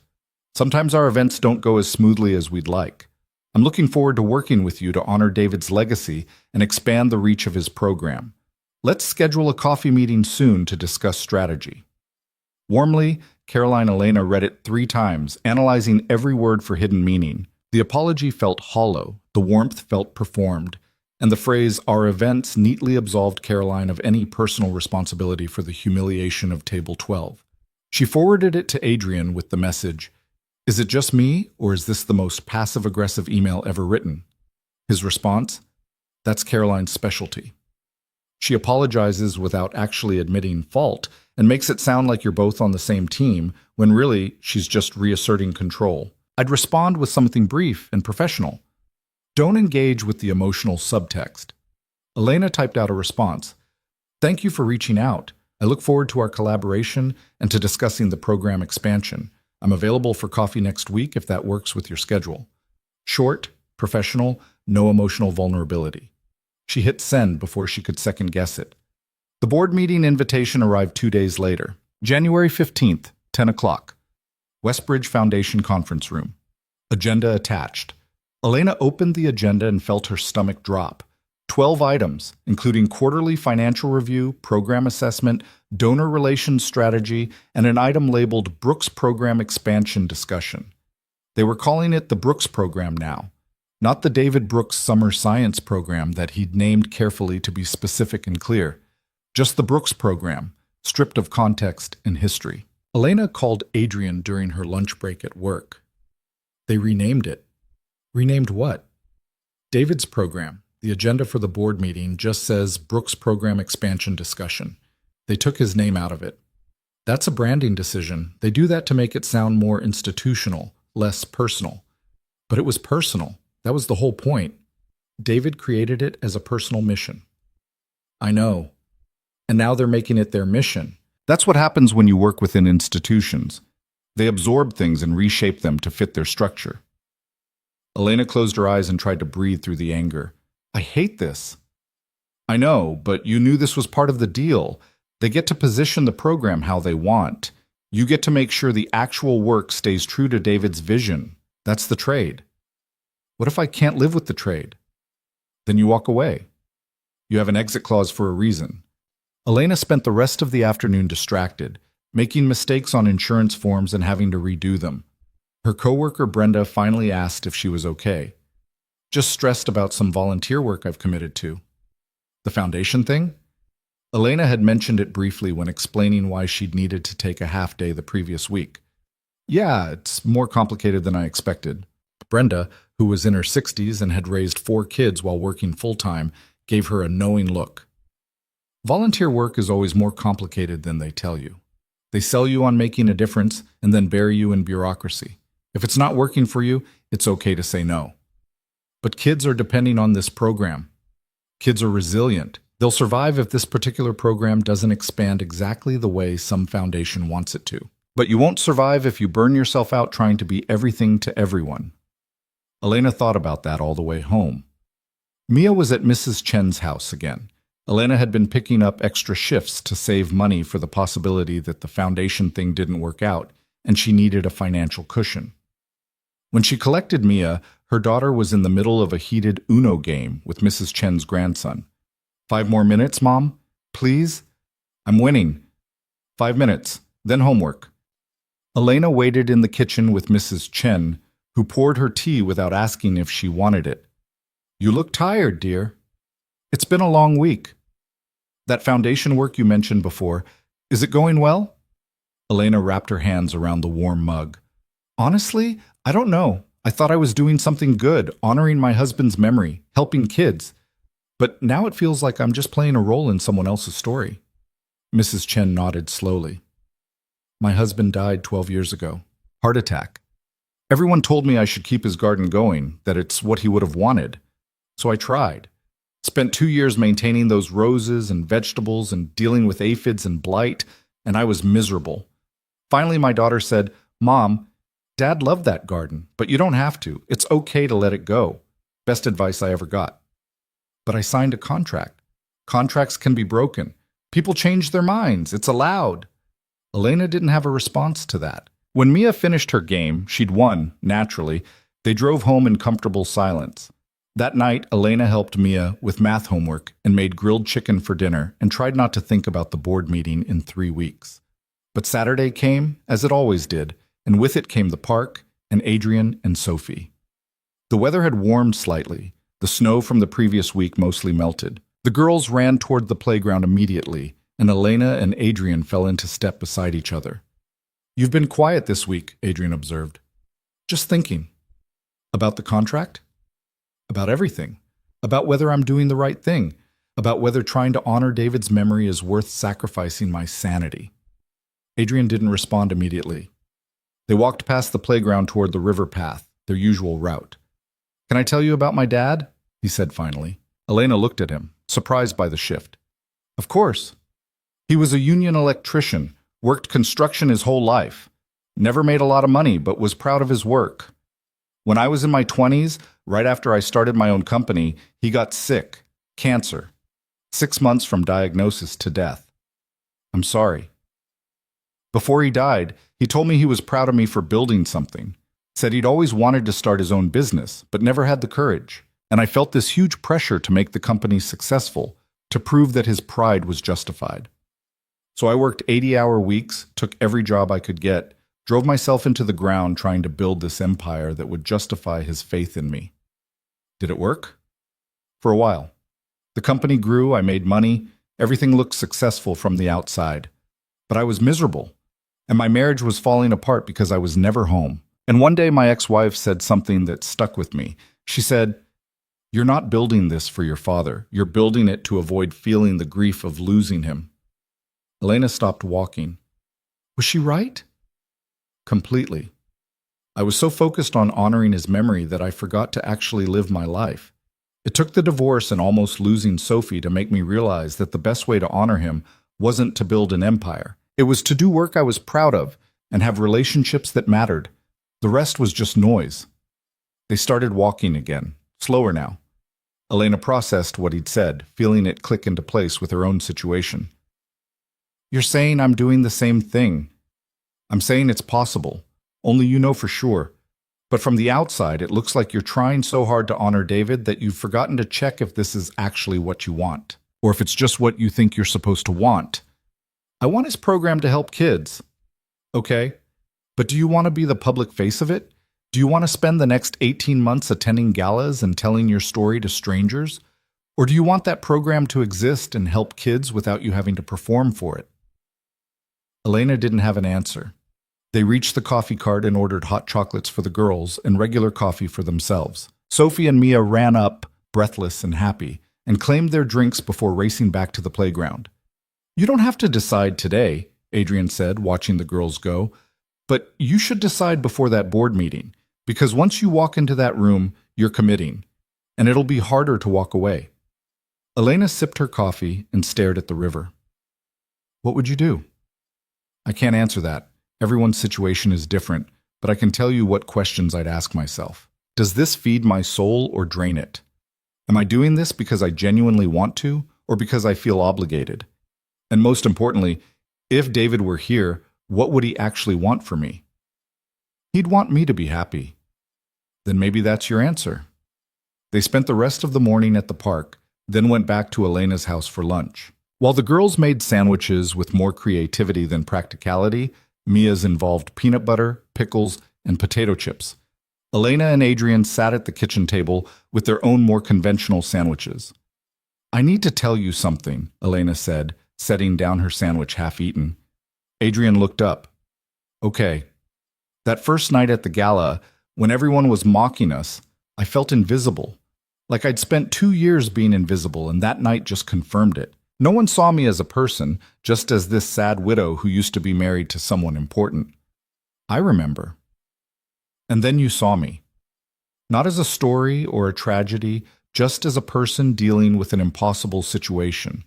And that meant something. It still means something." Adrian reached across the table and took her hand. His palm was warm, calloused from work. "You're not invisible, Elena. Not to me. Not to Mia, and not to anyone who's actually paying attention. The foundation makes me feel invisible again. They see David's story, not mine. They see a program to fund, not a person to respect. And I don't know if I can spend 18 months feeling like that." "Then don't. But the kids, will have other opportunities. Maybe not this exact program, maybe not right away, but there are always other ways to help. You don't have to sacrifice yourself to prove you care." Elena felt tears prick at her eyes. "When did you get so wise?" "I'm not wise. I'm just someone who learned these lessons the hard way and doesn't want to watch you make the same mistakes." Mia and Sophie came back to the table with their architectural sandwich creations, and the conversation shifted to more important matters like whether pickles belonged on peanut butter sandwiches. Elena voted no. Adrian diplomatically abstained, and both girls insisted it was delicious, even though neither of them finished their sandwiches. After lunch, while the girls played in Mia's room, Adrian helped Elena clean up the kitchen. "I think I'm going to turn it down," Elena said quietly. Adrian stopped drying a plate and looked at her. "The contract?" "Yeah, I thought I wanted this, but I don't. I want David's program to exist and help kids, but I don't want to be the face of it. I don't want to perform my grief for the next 18 months. I just want to live." "That's a valid choice." "Richard is going to be pissed." "Well, probably, but that's his problem, not yours. And the program might not get expanded." "Also possible, but there are other ways to help. Smaller ways maybe, but more sustainable for you." Elena nodded, feeling something settle in her chest. Relief, maybe. Or just the absence of the constant anxiety that had been sitting there since the gala. "I'll email him tomorrow. Give him time to find someone else." "Do you want me to look over the email before you send it?" "Yeah, that would help." That evening, after Adrian and Sophie left, Elena sat down at her laptop and drafted an email to Richard Ashworth. She explained that after careful consideration, she decided the spokesperson role wasn't the right fit for her. She thanked him for the opportunity and expressed hope that they'd find someone who could do justice to David's vision.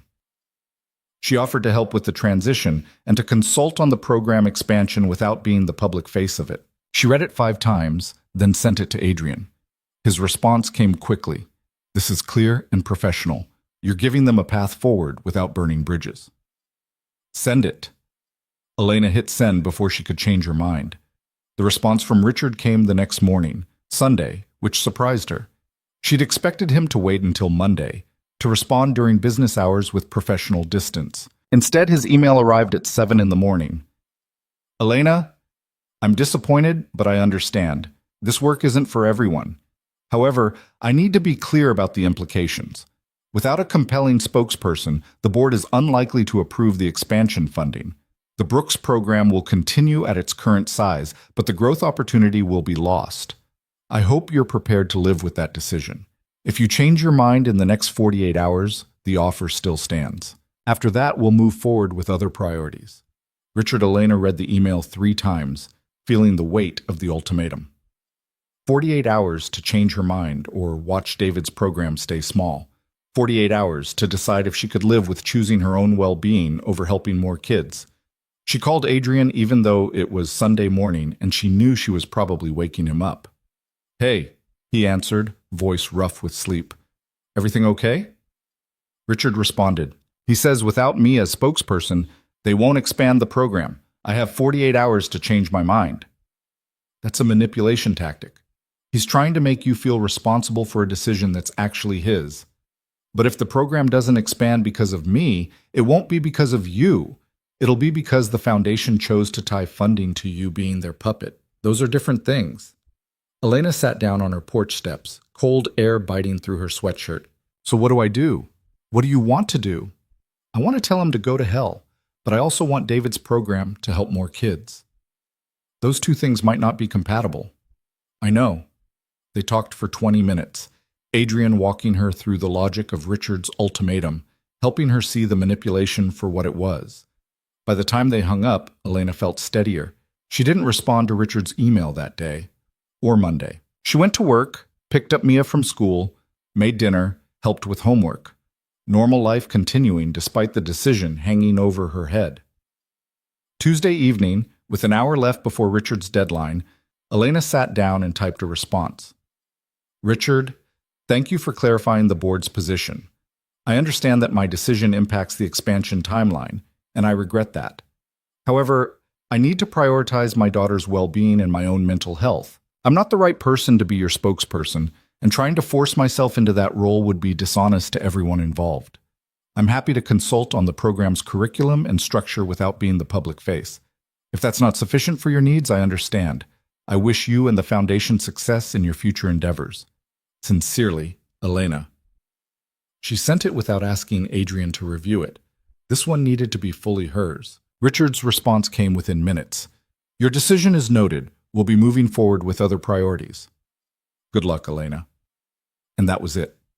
No fight, no negotiation, no attempt to change her mind, Just a clean cut, professional and final.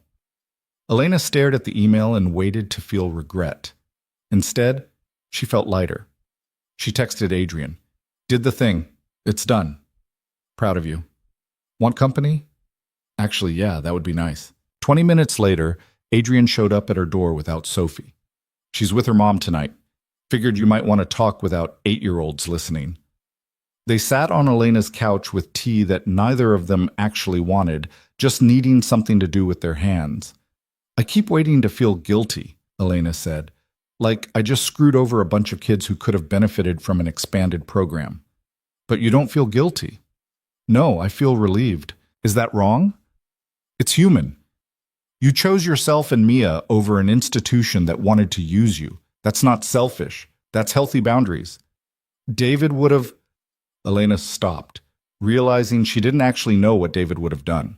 She'd been speaking for him in her head for 2 years, imagining his reactions, trying to honor his wishes. But the truth was, he wasn't here, and she couldn't keep making decisions based on what a ghost might have wanted. David would have what? Adrian prompted gently. I don't know. I've been assuming I knew, but I don't. He's gone, and I'm here. And I have to make choices based on what I can actually live with, not what I think he would have wanted. Adrian set down his tea and turned to face her. That's the healthiest thing I've heard you say since we met. It feels selfish. It's not. It's survival. You can't honor someone's memory if you destroy yourself in the process. Elena leaned back against the couch, feeling exhausted in a way that had nothing to do with lack of sleep. So what now? Now you live your life. You take Mia to school and go to work and have Saturday morning park days. You stop performing grief and start actually processing it. That simple? That hard? But yeah, basically. They sat in comfortable silence for a while. Upstairs, Elena could hear Mia moving around in her room, probably supposed to be asleep, but definitely still awake. Can I ask you something? Elena said. Always. Earlier when you said you were interested in more than friendship, did you mean that? Or were you just being kind? Adrian's expression softened. I meant it. Still mean it. Even though I'm a mess? Everyone's a mess. You're just honest about it, which is refreshing. I'm not ready yet. I know. I'm still not going anywhere. Well, what if I'm never ready? What if I'm too broken from losing David? Then we stay friends, and that's enough. But I don't think you're broken, Elena. I think you're healing. And healing looks messy and slow, but it's still progress. Elena felt tears sliding down her face and didn't bother wiping them away. Thank you for not giving up on me. Thank you for letting me be here. They stayed on the couch until Elena's tea went cold and Mia finally stopped making noise upstairs. Then Adrian stood up to leave and Elena walked him to the door. Saturday? He asked. Saturday.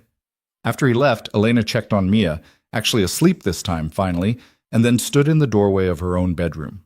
David's watch was still on her nightstand where she'd left it after the meeting with Richard. She picked it up, held it for a moment, then put it back in her jewelry box. Not throwing it away, not forgetting him, just making space for the present instead of living in the past. She climbed into bed and slept better than she had in weeks. The next morning, Elena woke up to her phone buzzing with a text from a number she didn't recognize. Hi, Elena. This is Patricia from Adrian's office. He asked me to reach out. There's someone who'd like to meet with you about David's program. Would you have time this afternoon? No pressure, just a conversation. Elena stared at the message, trying to figure out what Adrian was up to. She texted back, who wants to meet? Better if they explain in person. 2 p.m. at the coffee shop on Maple Street? Elena had the afternoon off from work. Mia had a play date at a classmate's house until 5. She technically had the time, even if she had no idea what she was walking into. Okay, I'll be there. She spent the morning cleaning the house and trying not to overthink it. At 1:30, she changed into jeans and a sweater that made her look more put together than she felt, and drove to the coffee shop. It was a local place, not a chain, with mismatched furniture and art from community members on the walls. Elena ordered a latte and sat at a table near the window watching people walk by outside. At 2 o'clock exactly, the door opened and a woman walked in. She was maybe 60, African-American, wearing a practical wool coat and carrying a worn leather bag. She scanned the room, made eye contact with Elena, and smiled. Mrs. Brooks? I'm Denise Washington. Thank you for meeting with me. Elena stood up to shake her hand. Please, call me Elena, and I'm honestly not sure why I'm here. That's fair. Can I get a coffee first? Then I'll explain everything. Denise ordered at the counter and came back with a cappuccino. She sat down across from Elena and took a sip before speaking. I'm the director of the Community Education Alliance. We're a nonprofit that supports grassroots education programs across the state. Adrian Cole sits on our board and told me about David's summer science program and about the situation with the Westbridge Foundation. Elena felt her face flush. He told you I turned them down. He told me you chose integrity over money, which is rare and impressive. The foundation has a reputation for consuming programs and spitting out hollow versions that look good in annual reports, but don't actually serve kids. So why are you here? Denise leaned forward, hands wrapped around her coffee cup. Because we're interested in supporting David's program, not expanding it into something massive, but sustaining what exists and maybe growing it slowly, organically. We don't need a spokesperson. We don't do galas. We just fund programs that work and let the people running them do their jobs. Elena felt something crack open in her chest. Are you serious? Completely. We've reviewed David's curriculum and outcomes data. The program is solid. It doesn't need to be flashier or bigger. It just needs consistent funding so it can keep doing what it's already doing well. How much funding are we talking about? Enough to run the program at current capacity for the next 3 years, with annual reviews to assess whether expansion makes sense. We're talking maybe 30 kids per summer instead of the 200 the Westbridge Foundation wanted, but it'll be sustainable and true to David's vision. Elena's hands were shaking. She set down her latte before she spilled it. What's the catch? No catch. Well, one requirement. You'd need to serve on the program's advisory committee. Meet quarterly, review curriculum, make sure we're staying true to the mission. But that's behind-the-scenes work, not public-facing. No events? No telling my story to donors? We have donors who give because they believe in grassroots education, not because they want to hear tragic stories. You'd never have to perform your grief for us. Elena pressed her palms against her eyes, trying not to cry in a coffee shop. Why would you do this? Denise's expression was kind. Because 30 years ago, I was a single mother trying to get my kids through school while working 2 jobs. A program like David's gave my son access to science equipment and mentorship he never would have had otherwise. He's a chemical engineer now. Programs like this matter, Elena, and they matter more when they're run by people who actually care about kids instead of tax write-offs. Adrian set this up. Adrian mentioned your situation, but I did my own research. This is a good program that deserves support. Whether you say yes or no doesn't change that assessment.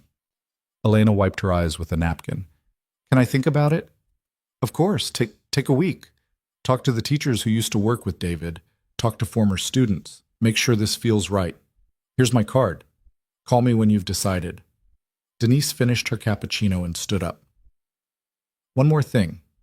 Adrian told me you've been carrying a lot of guilt about David's death, about not being able to keep his program alive at the scale he might have wanted. I just want you to know, from someone who's been in nonprofit education for 30 years, sustainable impact is better than flashy growth. Helping 30 kids really well is more valuable than helping 200 kids superficially. You haven't failed anything. After Denise left, Elena sat in the coffee shop for another 20 minutes, staring at the business card in her hand. Community Education Alliance, Denise Washington, Executive Director. A phone number and email address. No fancy logo, no embossed lettering, just practical information for people who did actual work. She called Adrian. Did you meet with Denise? He asked instead of saying hello. You ambushed me. I connected 2 people who could help each other. That's different. Adrian, before you get mad, just listen. I sit on their board because they do good work without the ego. When you told me about the Westbridge situation, I mentioned David's program to Denise. She researched it independently and decided it was worth funding. I didn't manipulate anything. I just opened a door.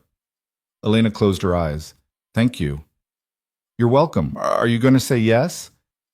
I don't know yet. I need to think. That's fair. Take your time. Will you help me? If I decide to do this? I don't know anything about running a nonprofit program. You're not running it. You're advising. But yes, I'll help. And so will Denise. She's good at this. Elena picked up Mia from her playdate and drove home in a daze. That evening, while Mia did homework at the kitchen table, Elena pulled out David's files again. But this time, instead of reading them with guilt and obligation, she read them with curiosity. What had David actually built? What worked? What could be sustained? The program had served nearly 200 kids over 7 years. Not all at once, about 30 kids each summer, some returning for multiple years. The curriculum focused on hands-on experiments, with an emphasis on making science accessible to kids who'd never had lab access before. David had partnered with local high school teachers and college students to keep costs low. The budget had been modest but sufficient. It was good work, solid work, the kind that changed individual lives without trying to save the world. Elena spent the next 3 days calling people. Former teachers who'd worked with David, parents whose kids had participated, students who were now in college studying science. Everyone said the same thing. The program had been special because it was small and personal.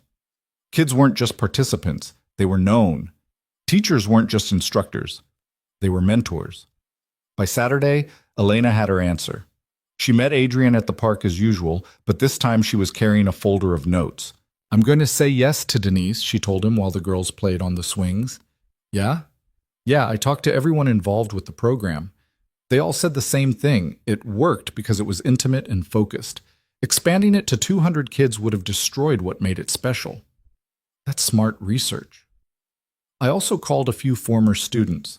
One of them, Marcus, is studying biochemistry at the State University. He told me the summer program was the first time anyone had told him he was smart enough for science.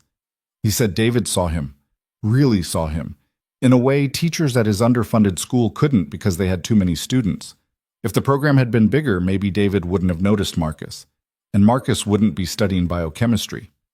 Adrian nodded slowly. Impact at scale versus depth of impact.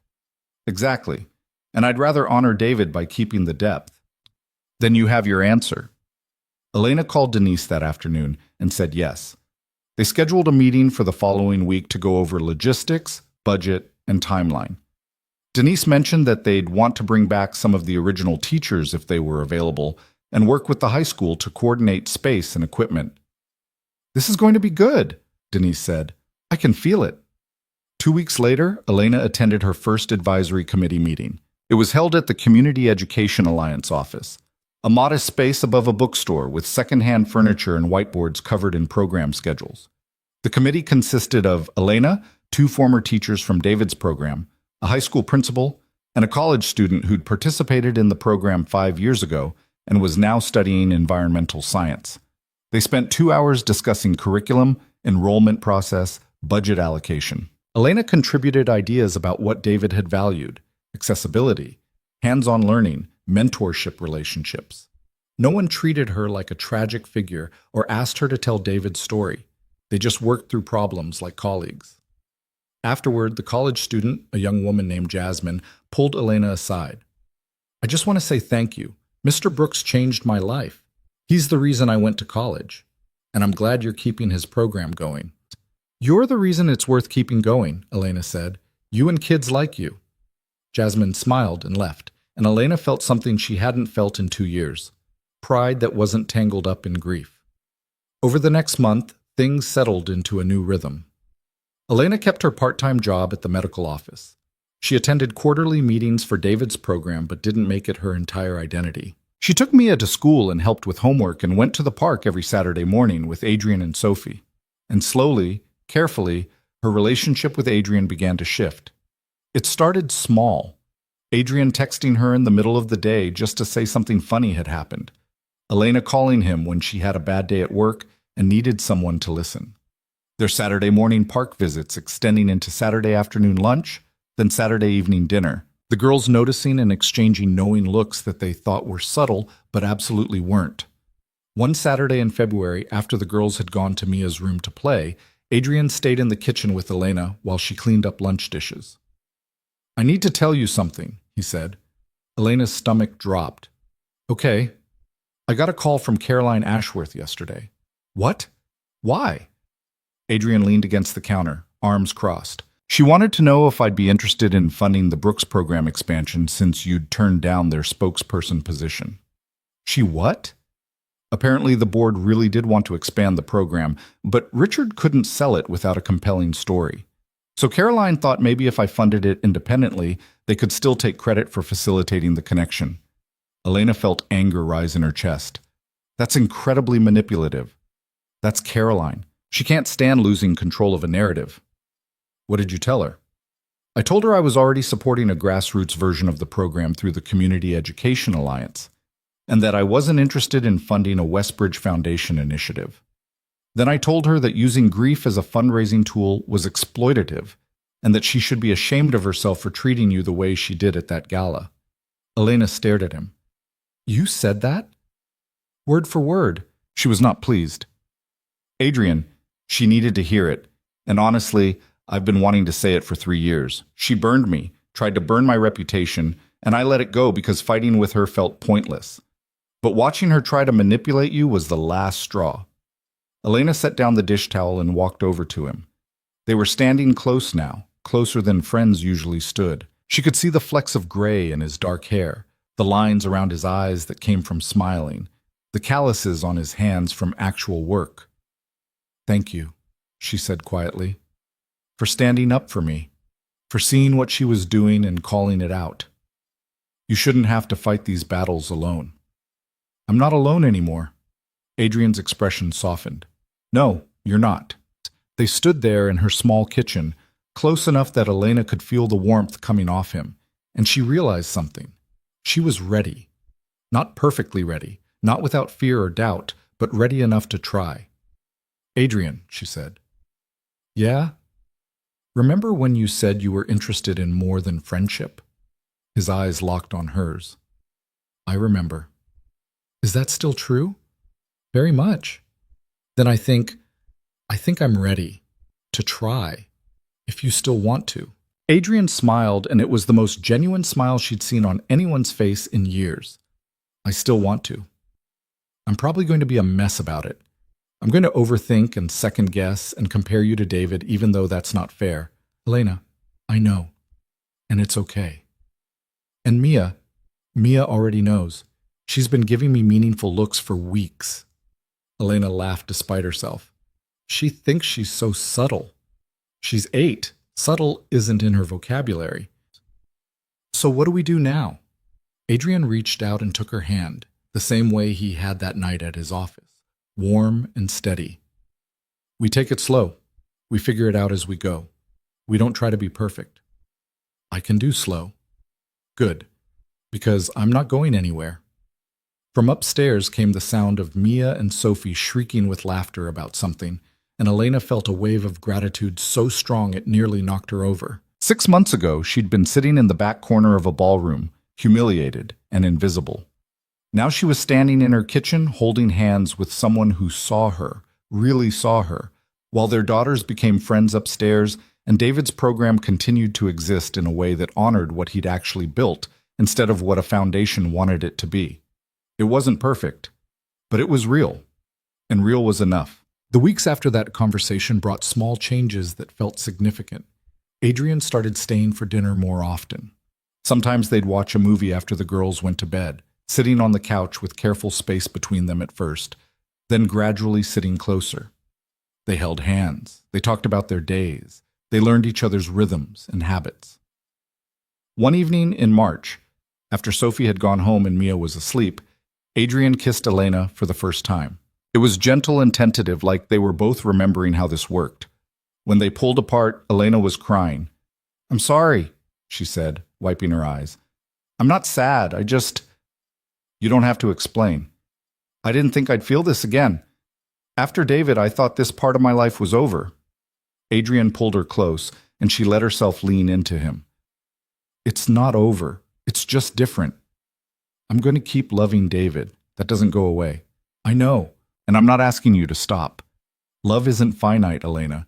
You can love who you lost and still love someone new. They're not in competition. She needed to hear that, needed to know that moving forward didn't mean leaving David behind. That night, after Adrian left, Elena went upstairs and stood in the doorway of Mia's room. Her daughter was asleep, one arm flung over her head, Elephant tucked under the other arm. She looked peaceful in a way she hadn't for a long time after David died. The nightmares had stopped. The clinginess had eased. She was laughing more, worrying less. Elena thought about the gala, about Caroline Ashworth's calculated cruelty, about Richard's ultimatum. All of it had felt so important at the time, life or death stakes. But standing here now, watching her daughter sleep, Elena realized the only thing that had actually mattered was making choices she could live with, protecting what was real, building something sustainable instead of something impressive. In April, the summer science program officially relaunched under the Community Education Alliance. They had 28 enrolled students, 2 fewer than David's first year, but Denise said that was perfect. Small enough to be personal, big enough to be sustainable. Elena attended the opening day, watching kids file into the high school lab wearing donated safety goggles and carrying new notebooks. One of the teachers, Mr. Harrison, had worked with David for 3 years. He pulled Elena aside before the first session started. "I want you to know something," he said. "David didn't create this program to be famous or to build some empire. He created it because he saw kids slipping through the cracks and wanted to catch them. What you've done, keeping it small, keeping it focused, that's exactly what he would have wanted." "You think so?" "I know so." He used to say the best teaching happened in small groups where you could know every kid's name and learning style. He'd be proud of this. Elena stayed for the first hour of class, watching Mr. Harrison teach 17 kids about chemical reactions. She saw their faces light up when the experiments worked, saw them ask questions without fear of looking stupid, saw them helping each other when someone got confused. This was the work. This was the impact. Not gala speeches or foundation press releases, just kids learning science in a crowded lab on a Tuesday afternoon. She left before they noticed her crying. That summer passed in a blur of park Saturdays and program check-ins and quiet evenings with Adrian. In July, he took Elena and Mia to the beach for a long weekend. Sophie came too, and the girls built sandcastles while Adrian and Elena walked along the shore. "I've been thinking about something," Adrian said, watching the waves. "Yeah?" "Sophie asked me if you were my girlfriend. I told her yes. Was that okay?" Elena smiled. "I think Mia asked me the same question.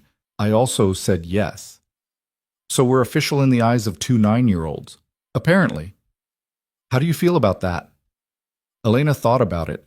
6 months ago, the question would have sent her into a spiral of guilt and grief. Now it just felt like the truth. "I feel good. Scared, but good." "The scared part doesn't go away?" "I don't think so. I'm scared I'll lose you like I lost David. I'm scared I'll mess this up. I'm scared Mia will get hurt if things don't work out. But I'm also happy. And the happy is bigger than the scared." Adrian took her hand. "Same." They walked in comfortable silence, and Elena let herself imagine a future. Not a perfect future where nothing went wrong, but a real one where they figured things out together. In August, Elena attended the end-of-summer celebration for David's program. Parents showed up to watch their kids present projects. Erupting volcanoes, electrical circuits, crystallized sugar structures. The energy was chaotic and joyful, exactly the way David would have wanted it. Jasmine, the college student on the advisory committee, was there helping coordinate. She pulled Elena aside during the reception. "I need to tell you something. I got accepted to a graduate program. I'm going to study environmental engineering." "Jasmine, that's incredible." "I wouldn't be here without Mr. Brooks's program, and I wouldn't have applied if you hadn't kept it going." Jasmine's eyes were wet. "Thank you for not letting it die." Elena hugged her, and they both cried a little, and it was messy and beautiful and everything David's work had been about. Real connections, real impact, real lives changed. That evening, Elena went home to find Adrian and the girls in her kitchen making dinner. Or trying to. Mia was arguing that dessert should come before vegetables. Sophie was insisting they needed more cheese on everything, and Adrian was attempting to referee while also preventing something from burning on the stove. "Mom," Mia announced, "we're making dinner." "I can see that. Do we need to order pizza?" "Probably," Adrian admitted, giving up on whatever was burning. They ended up ordering pizza and eating it on the back porch while the summer evening cooled into comfortable warmth. The girls talked about school starting in a few weeks. Adrian told a story about a construction project that had gone hilariously wrong. Elena just listened, soaking in the normalcy of it all. Later, after Sophie went home and Mia went to bed, Adrian stayed to help clean up. They stood at the sink together, Elena washing and Adrian drying, falling into a rhythm they'd developed over months of shared dinners. I need to tell you something, Elena said. Adrian looked at her. Okay. I love you. I know it's only been 6 months, and I know we said we'd take it slow, but I love you, and I need you to know that. Adrian set down the dish towel and turned to face her fully. I love you too. Have for a while now. Even though I'm a mess? You're not a mess. You're a person who's been through something terrible and came out the other side still capable of loving. That's not a mess. That's strength. Elena felt tears sliding down her face again, but this time they were the good kind. The kind that came from being seen and known and loved anyway. What do we do now? She asked. We keep doing what we're doing. We take care of our kids, we show up for each other, we build something real instead of something perfect. I can do that. I know you can. I've been watching you do it for 6 months. They finished the dishes and sat on the couch, Elena's head on Adrian's shoulder, and talked about nothing important until it got late and he had to leave. At the door he kissed her goodnight, and Elena felt something she hadn't felt in 2 years, certain that tomorrow would be good. The following weekend, both families went to the park together. It was late September, leaves just starting to turn, the air carrying the first hint of fall. The girls ran ahead toward the playground, and Elena and Adrian followed at their usual pace. You know what I was thinking about? Elena said. What's that? That gala. Table 12. How angry and humiliated I felt. Yeah, that was rough. But if Caroline hadn't seated us together as a joke, we never would have met. If that whole disaster hadn't happened, David's program would have either gotten swallowed by the foundation or died completely. And I'd still be trying to carry everything alone. Adrian considered this. So you're saying Caroline accidentally did us a favor? I'm saying her cruelty led to something good, even though that wasn't her intention. She wanted to humiliate us. Instead, she connected us. Poetic justice. Something like that. They reached the playground and sat on their usual bench. Sophie and Mia were showing off for each other on the monkey bars, competing to see who could go across without falling. Do you ever wonder what David would think? Adrian asked. About us, I mean. Elena had thought about this a lot lately. I think he'd be happy I'm not alone. He wouldn't want me to spend the rest of my life grieving. He'd want Mia to have a stable family and for me to have someone to share things with. Even if that someone is me? Especially if that someone is you. You're exactly the kind of person David would have liked. Someone who sees through bullshit and cares about real things. Adrian squeezed her hand. I wish I could have met him. Me too. They sat in comfortable silence, watching their daughters play. Around them, the park was full of families, kids on swings, dogs chasing tennis balls, couples walking hand in hand. Normal life continuing in all its messy, beautiful complexity. 6 months ago, Elena had been invisible. Sitting in the back corner of a ballroom, dismissed and humiliated, wondering if she'd ever feel seen again. Now she was sitting on a park bench holding hands with someone who loved her, watching her daughter laugh with her best friend, knowing that David's program was continuing in a way that honored what he'd actually built. It wasn't the story the Westbridge Foundation had wanted to tell. It wasn't impressive or flashy or worthy of a gala speech, but it was real, and real was enough. Mia ran over, breathless and happy. Mom, can we get hot chocolate?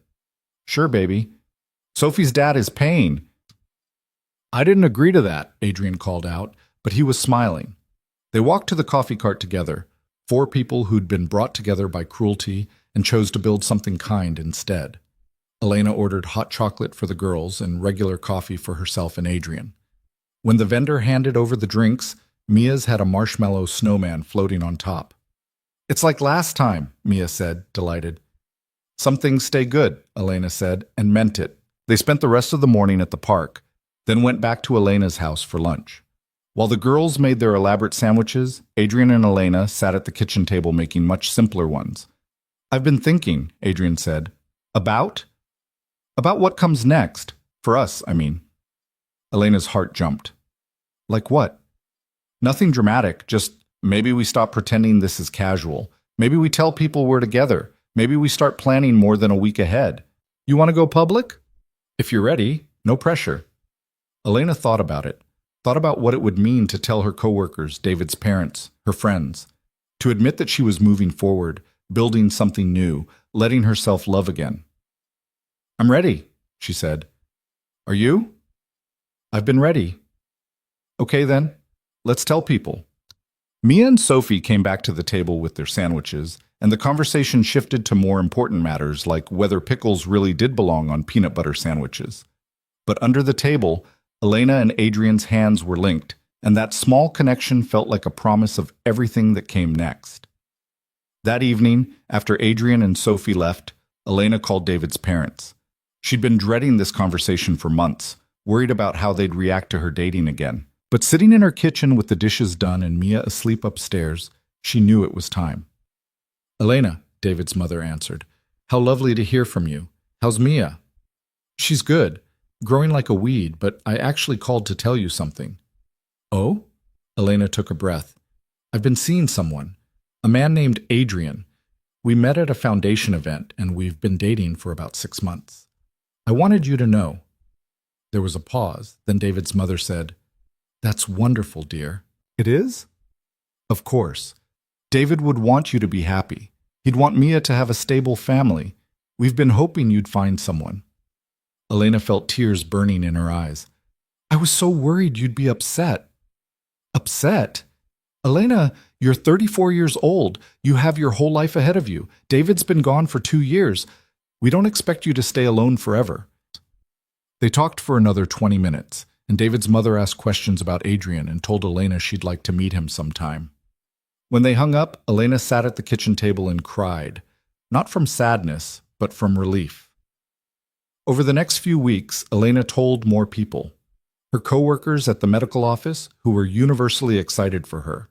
Mrs. Chen from down the street, who'd been not so subtly hinting that Elena should start dating. Brenda from work, who said finally, and then gave her a long lecture about not settling for someone who didn't treat her right. And slowly, Elena's life continued to knit itself into something whole. Not perfect, not without pain or complication, but whole. In October, the Community Education Alliance held a small appreciation event for program volunteers and staff. Elena attended with Adrian, and Denise pulled them both aside. "I have news," Denise said. "We got a grant. Nothing huge, but enough to expand the summer program to 40 kids next year. And we want to officially name it the David Brooks Summer Science Program. Not the Brooks Program, not some generic title, his full name, to honor what he built." Elena's throat tightened. "Really?" "Really. If you're comfortable with it." "I'm comfortable with it. Thank you." That night, Elena told Mia about the program being named after her father. Mia was quiet for a moment, then said, "Does that mean Daddy's work isn't gone?" "His work was never gone, baby. It's been here the whole time, helping kids learn science." "Good. I don't want people to forget him." "They won't, I promise." Mia went to sleep that night holding the elephant that had been David's, and Elena stood in the doorway watching her daughter breathe and felt the weight of 2 years of grief finally starting to lighten. December came with snow and holiday preparations and the chaos of two families trying to figure out how to navigate first holidays together. Adrian's ex-wife had Sophie for Christmas Eve, so Adrian came to Elena's house for Christmas dinner with just the 3 of them. Mia made place cards with elaborate drawings.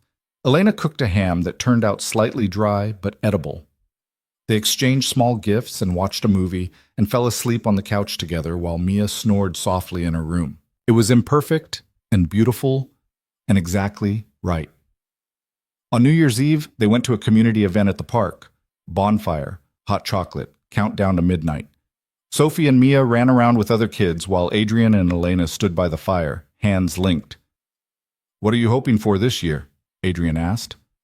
"More of this. More normal. More days that don't feel like I'm drowning." "That's a good goal. What about you?" Adrian looked at her, and in the firelight she could see the warmth in his eyes. "I'm hoping we keep building this. That we figure out how to be a family, however that looks. That we keep showing up for each other. I think we can do that." When midnight came, they kissed while fireworks exploded overhead and their daughters cheered with the crowd. And Elena felt something she hadn't felt since before David died, certain that the future held good things. The months after that brought continued small changes. In March, Adrian's lease was up on his house, and he started talking about finding something bigger. He didn't explicitly suggest moving in together, but the implication was there, hanging between them like a question neither was quite ready to ask. "What do you think?" he asked Elena one evening after the girls had gone to bed. "I think Mia would love having Sophie around all the time, and I think it would be good for both of them to have more stability." "But what do you think? For yourself?" Elena considered this carefully. "I think I'd like to try. Not right away. Let's give it a few more months. But eventually, yes, I think I want to build a life with you. Even though it's scary? Especially because it's scary. The scary things are usually worth doing." In June, they found a house together. Nothing fancy, just a 4-bedroom in a good school district with a backyard big enough for the girls to play in. They moved in together in July, 1 year after that first beach trip, and spent weeks unpacking boxes and arguing about where furniture should go and learning how to share space. It was hard and frustrating, and occasionally resulted in arguments about whose turn it was to do dishes. But it was also good, coming home to someone, sharing coffee in the morning before the girls woke up, having backup when Mia had a meltdown or Sophie's homework was incomprehensible. On the anniversary of David's death, Elena took flowers to his grave alone. She sat there for an hour, talking to him in her head, telling him about the program and Mia and Adrian, telling him she was sorry if moving forward felt like leaving him behind, telling him she loved him and always would, but that she'd found a way to live again. When she got home, Adrian was waiting on the porch with coffee. "How are you?" he asked. "Sad, but okay." "That's allowed." "I know." They sat together in silence, and Elena let herself feel all of it, the grief that never fully went away, the love for what she'd lost, the gratitude for what she'd found. All of it could coexist. All of it was real. That summer, the David Brooks Summer Science Program served 42 students. Elena attended the end-of-summer celebration with Adrian and both girls. She watched kids present projects and saw parents beam with pride and felt David's presence there, not as a ghost, but as a legacy made real. One student, a shy 12-year-old named Marco, had built a working water filtration system from household materials. He explained how it could be used in communities without clean water access, how it was cheap and replicable, and could save lives. Elena watched him present and thought about the drunk donor at the gala, who'd called her and Adrian charity cases. Thought about Caroline Ashworth's calculated cruelty. Thought about Richard's ultimatum. All of that had felt so important at the time, so devastating. But standing here now, watching Marco explain his project to a room full of people who actually cared about impact instead of optics, Elena realized something. She'd won. Not the way the foundation had wanted her to win, not with galas and press releases and her grief on display, but she'd protected what mattered. She'd chosen integrity over performance. She'd built something real. That evening, back at home, Elena stood in the kitchen making dinner while Adrian helped the girls with homework at the table. Mia was struggling with fractions. Sophie was breezing through a reading assignment. It was loud and chaotic and completely ordinary. "Mom," Mia said, looking up from her worksheet, "are you happy?" Elena stopped chopping vegetables and looked at her daughter. "Yeah, baby, I really am." "Good. You deserve to be happy." "So do you." "I am happy. I have Sophie now, and Adrian, and you're not sad all the time anymore." Elena walked over and hugged her daughter tight, not caring that she was getting flour on Mia's shirt. "I love you so much." "I love you too, Mom, even when you make me do fractions." That night, after the girls were asleep, Elena and Adrian sat on the back porch watching fireflies. It was quiet except for the crickets and the distant sound of traffic. "You know what I realized today?" Elena said. "What's that?" "A year ago, I was so focused on doing things the right way, honoring David's memory properly, making the program as big as possible, proving I wasn't failing, and I was miserable. And now? Now I'm focused on doing things the real way. Not perfect, not impressive, just real. And I'm happy." Adrian pulled her close. "Real is always better than perfect. Even when real is messy, especially then."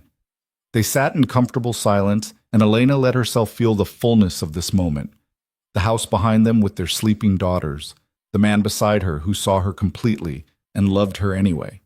The program David had built continuing to help kids in exactly the way he'd intended. The life she'd constructed from grief and determination and the willingness to keep showing up even when it was hard.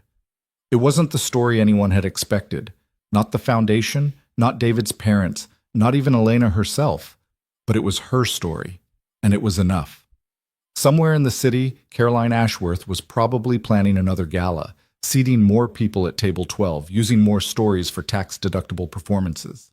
But that wasn't Elena's concern anymore. She'd walked away from that world and built something better. She'd learned that being invisible to people who didn't matter was actually freedom. That choosing yourself wasn't selfish. That love didn't run out just because you gave it to someone new.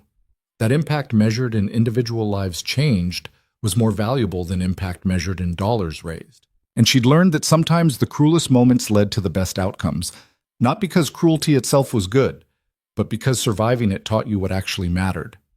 Adrian squeezed her hand. What are you thinking about? Everything. Nothing. How grateful I am that Caroline Ashworth is terrible at seating charts. Adrian laughed.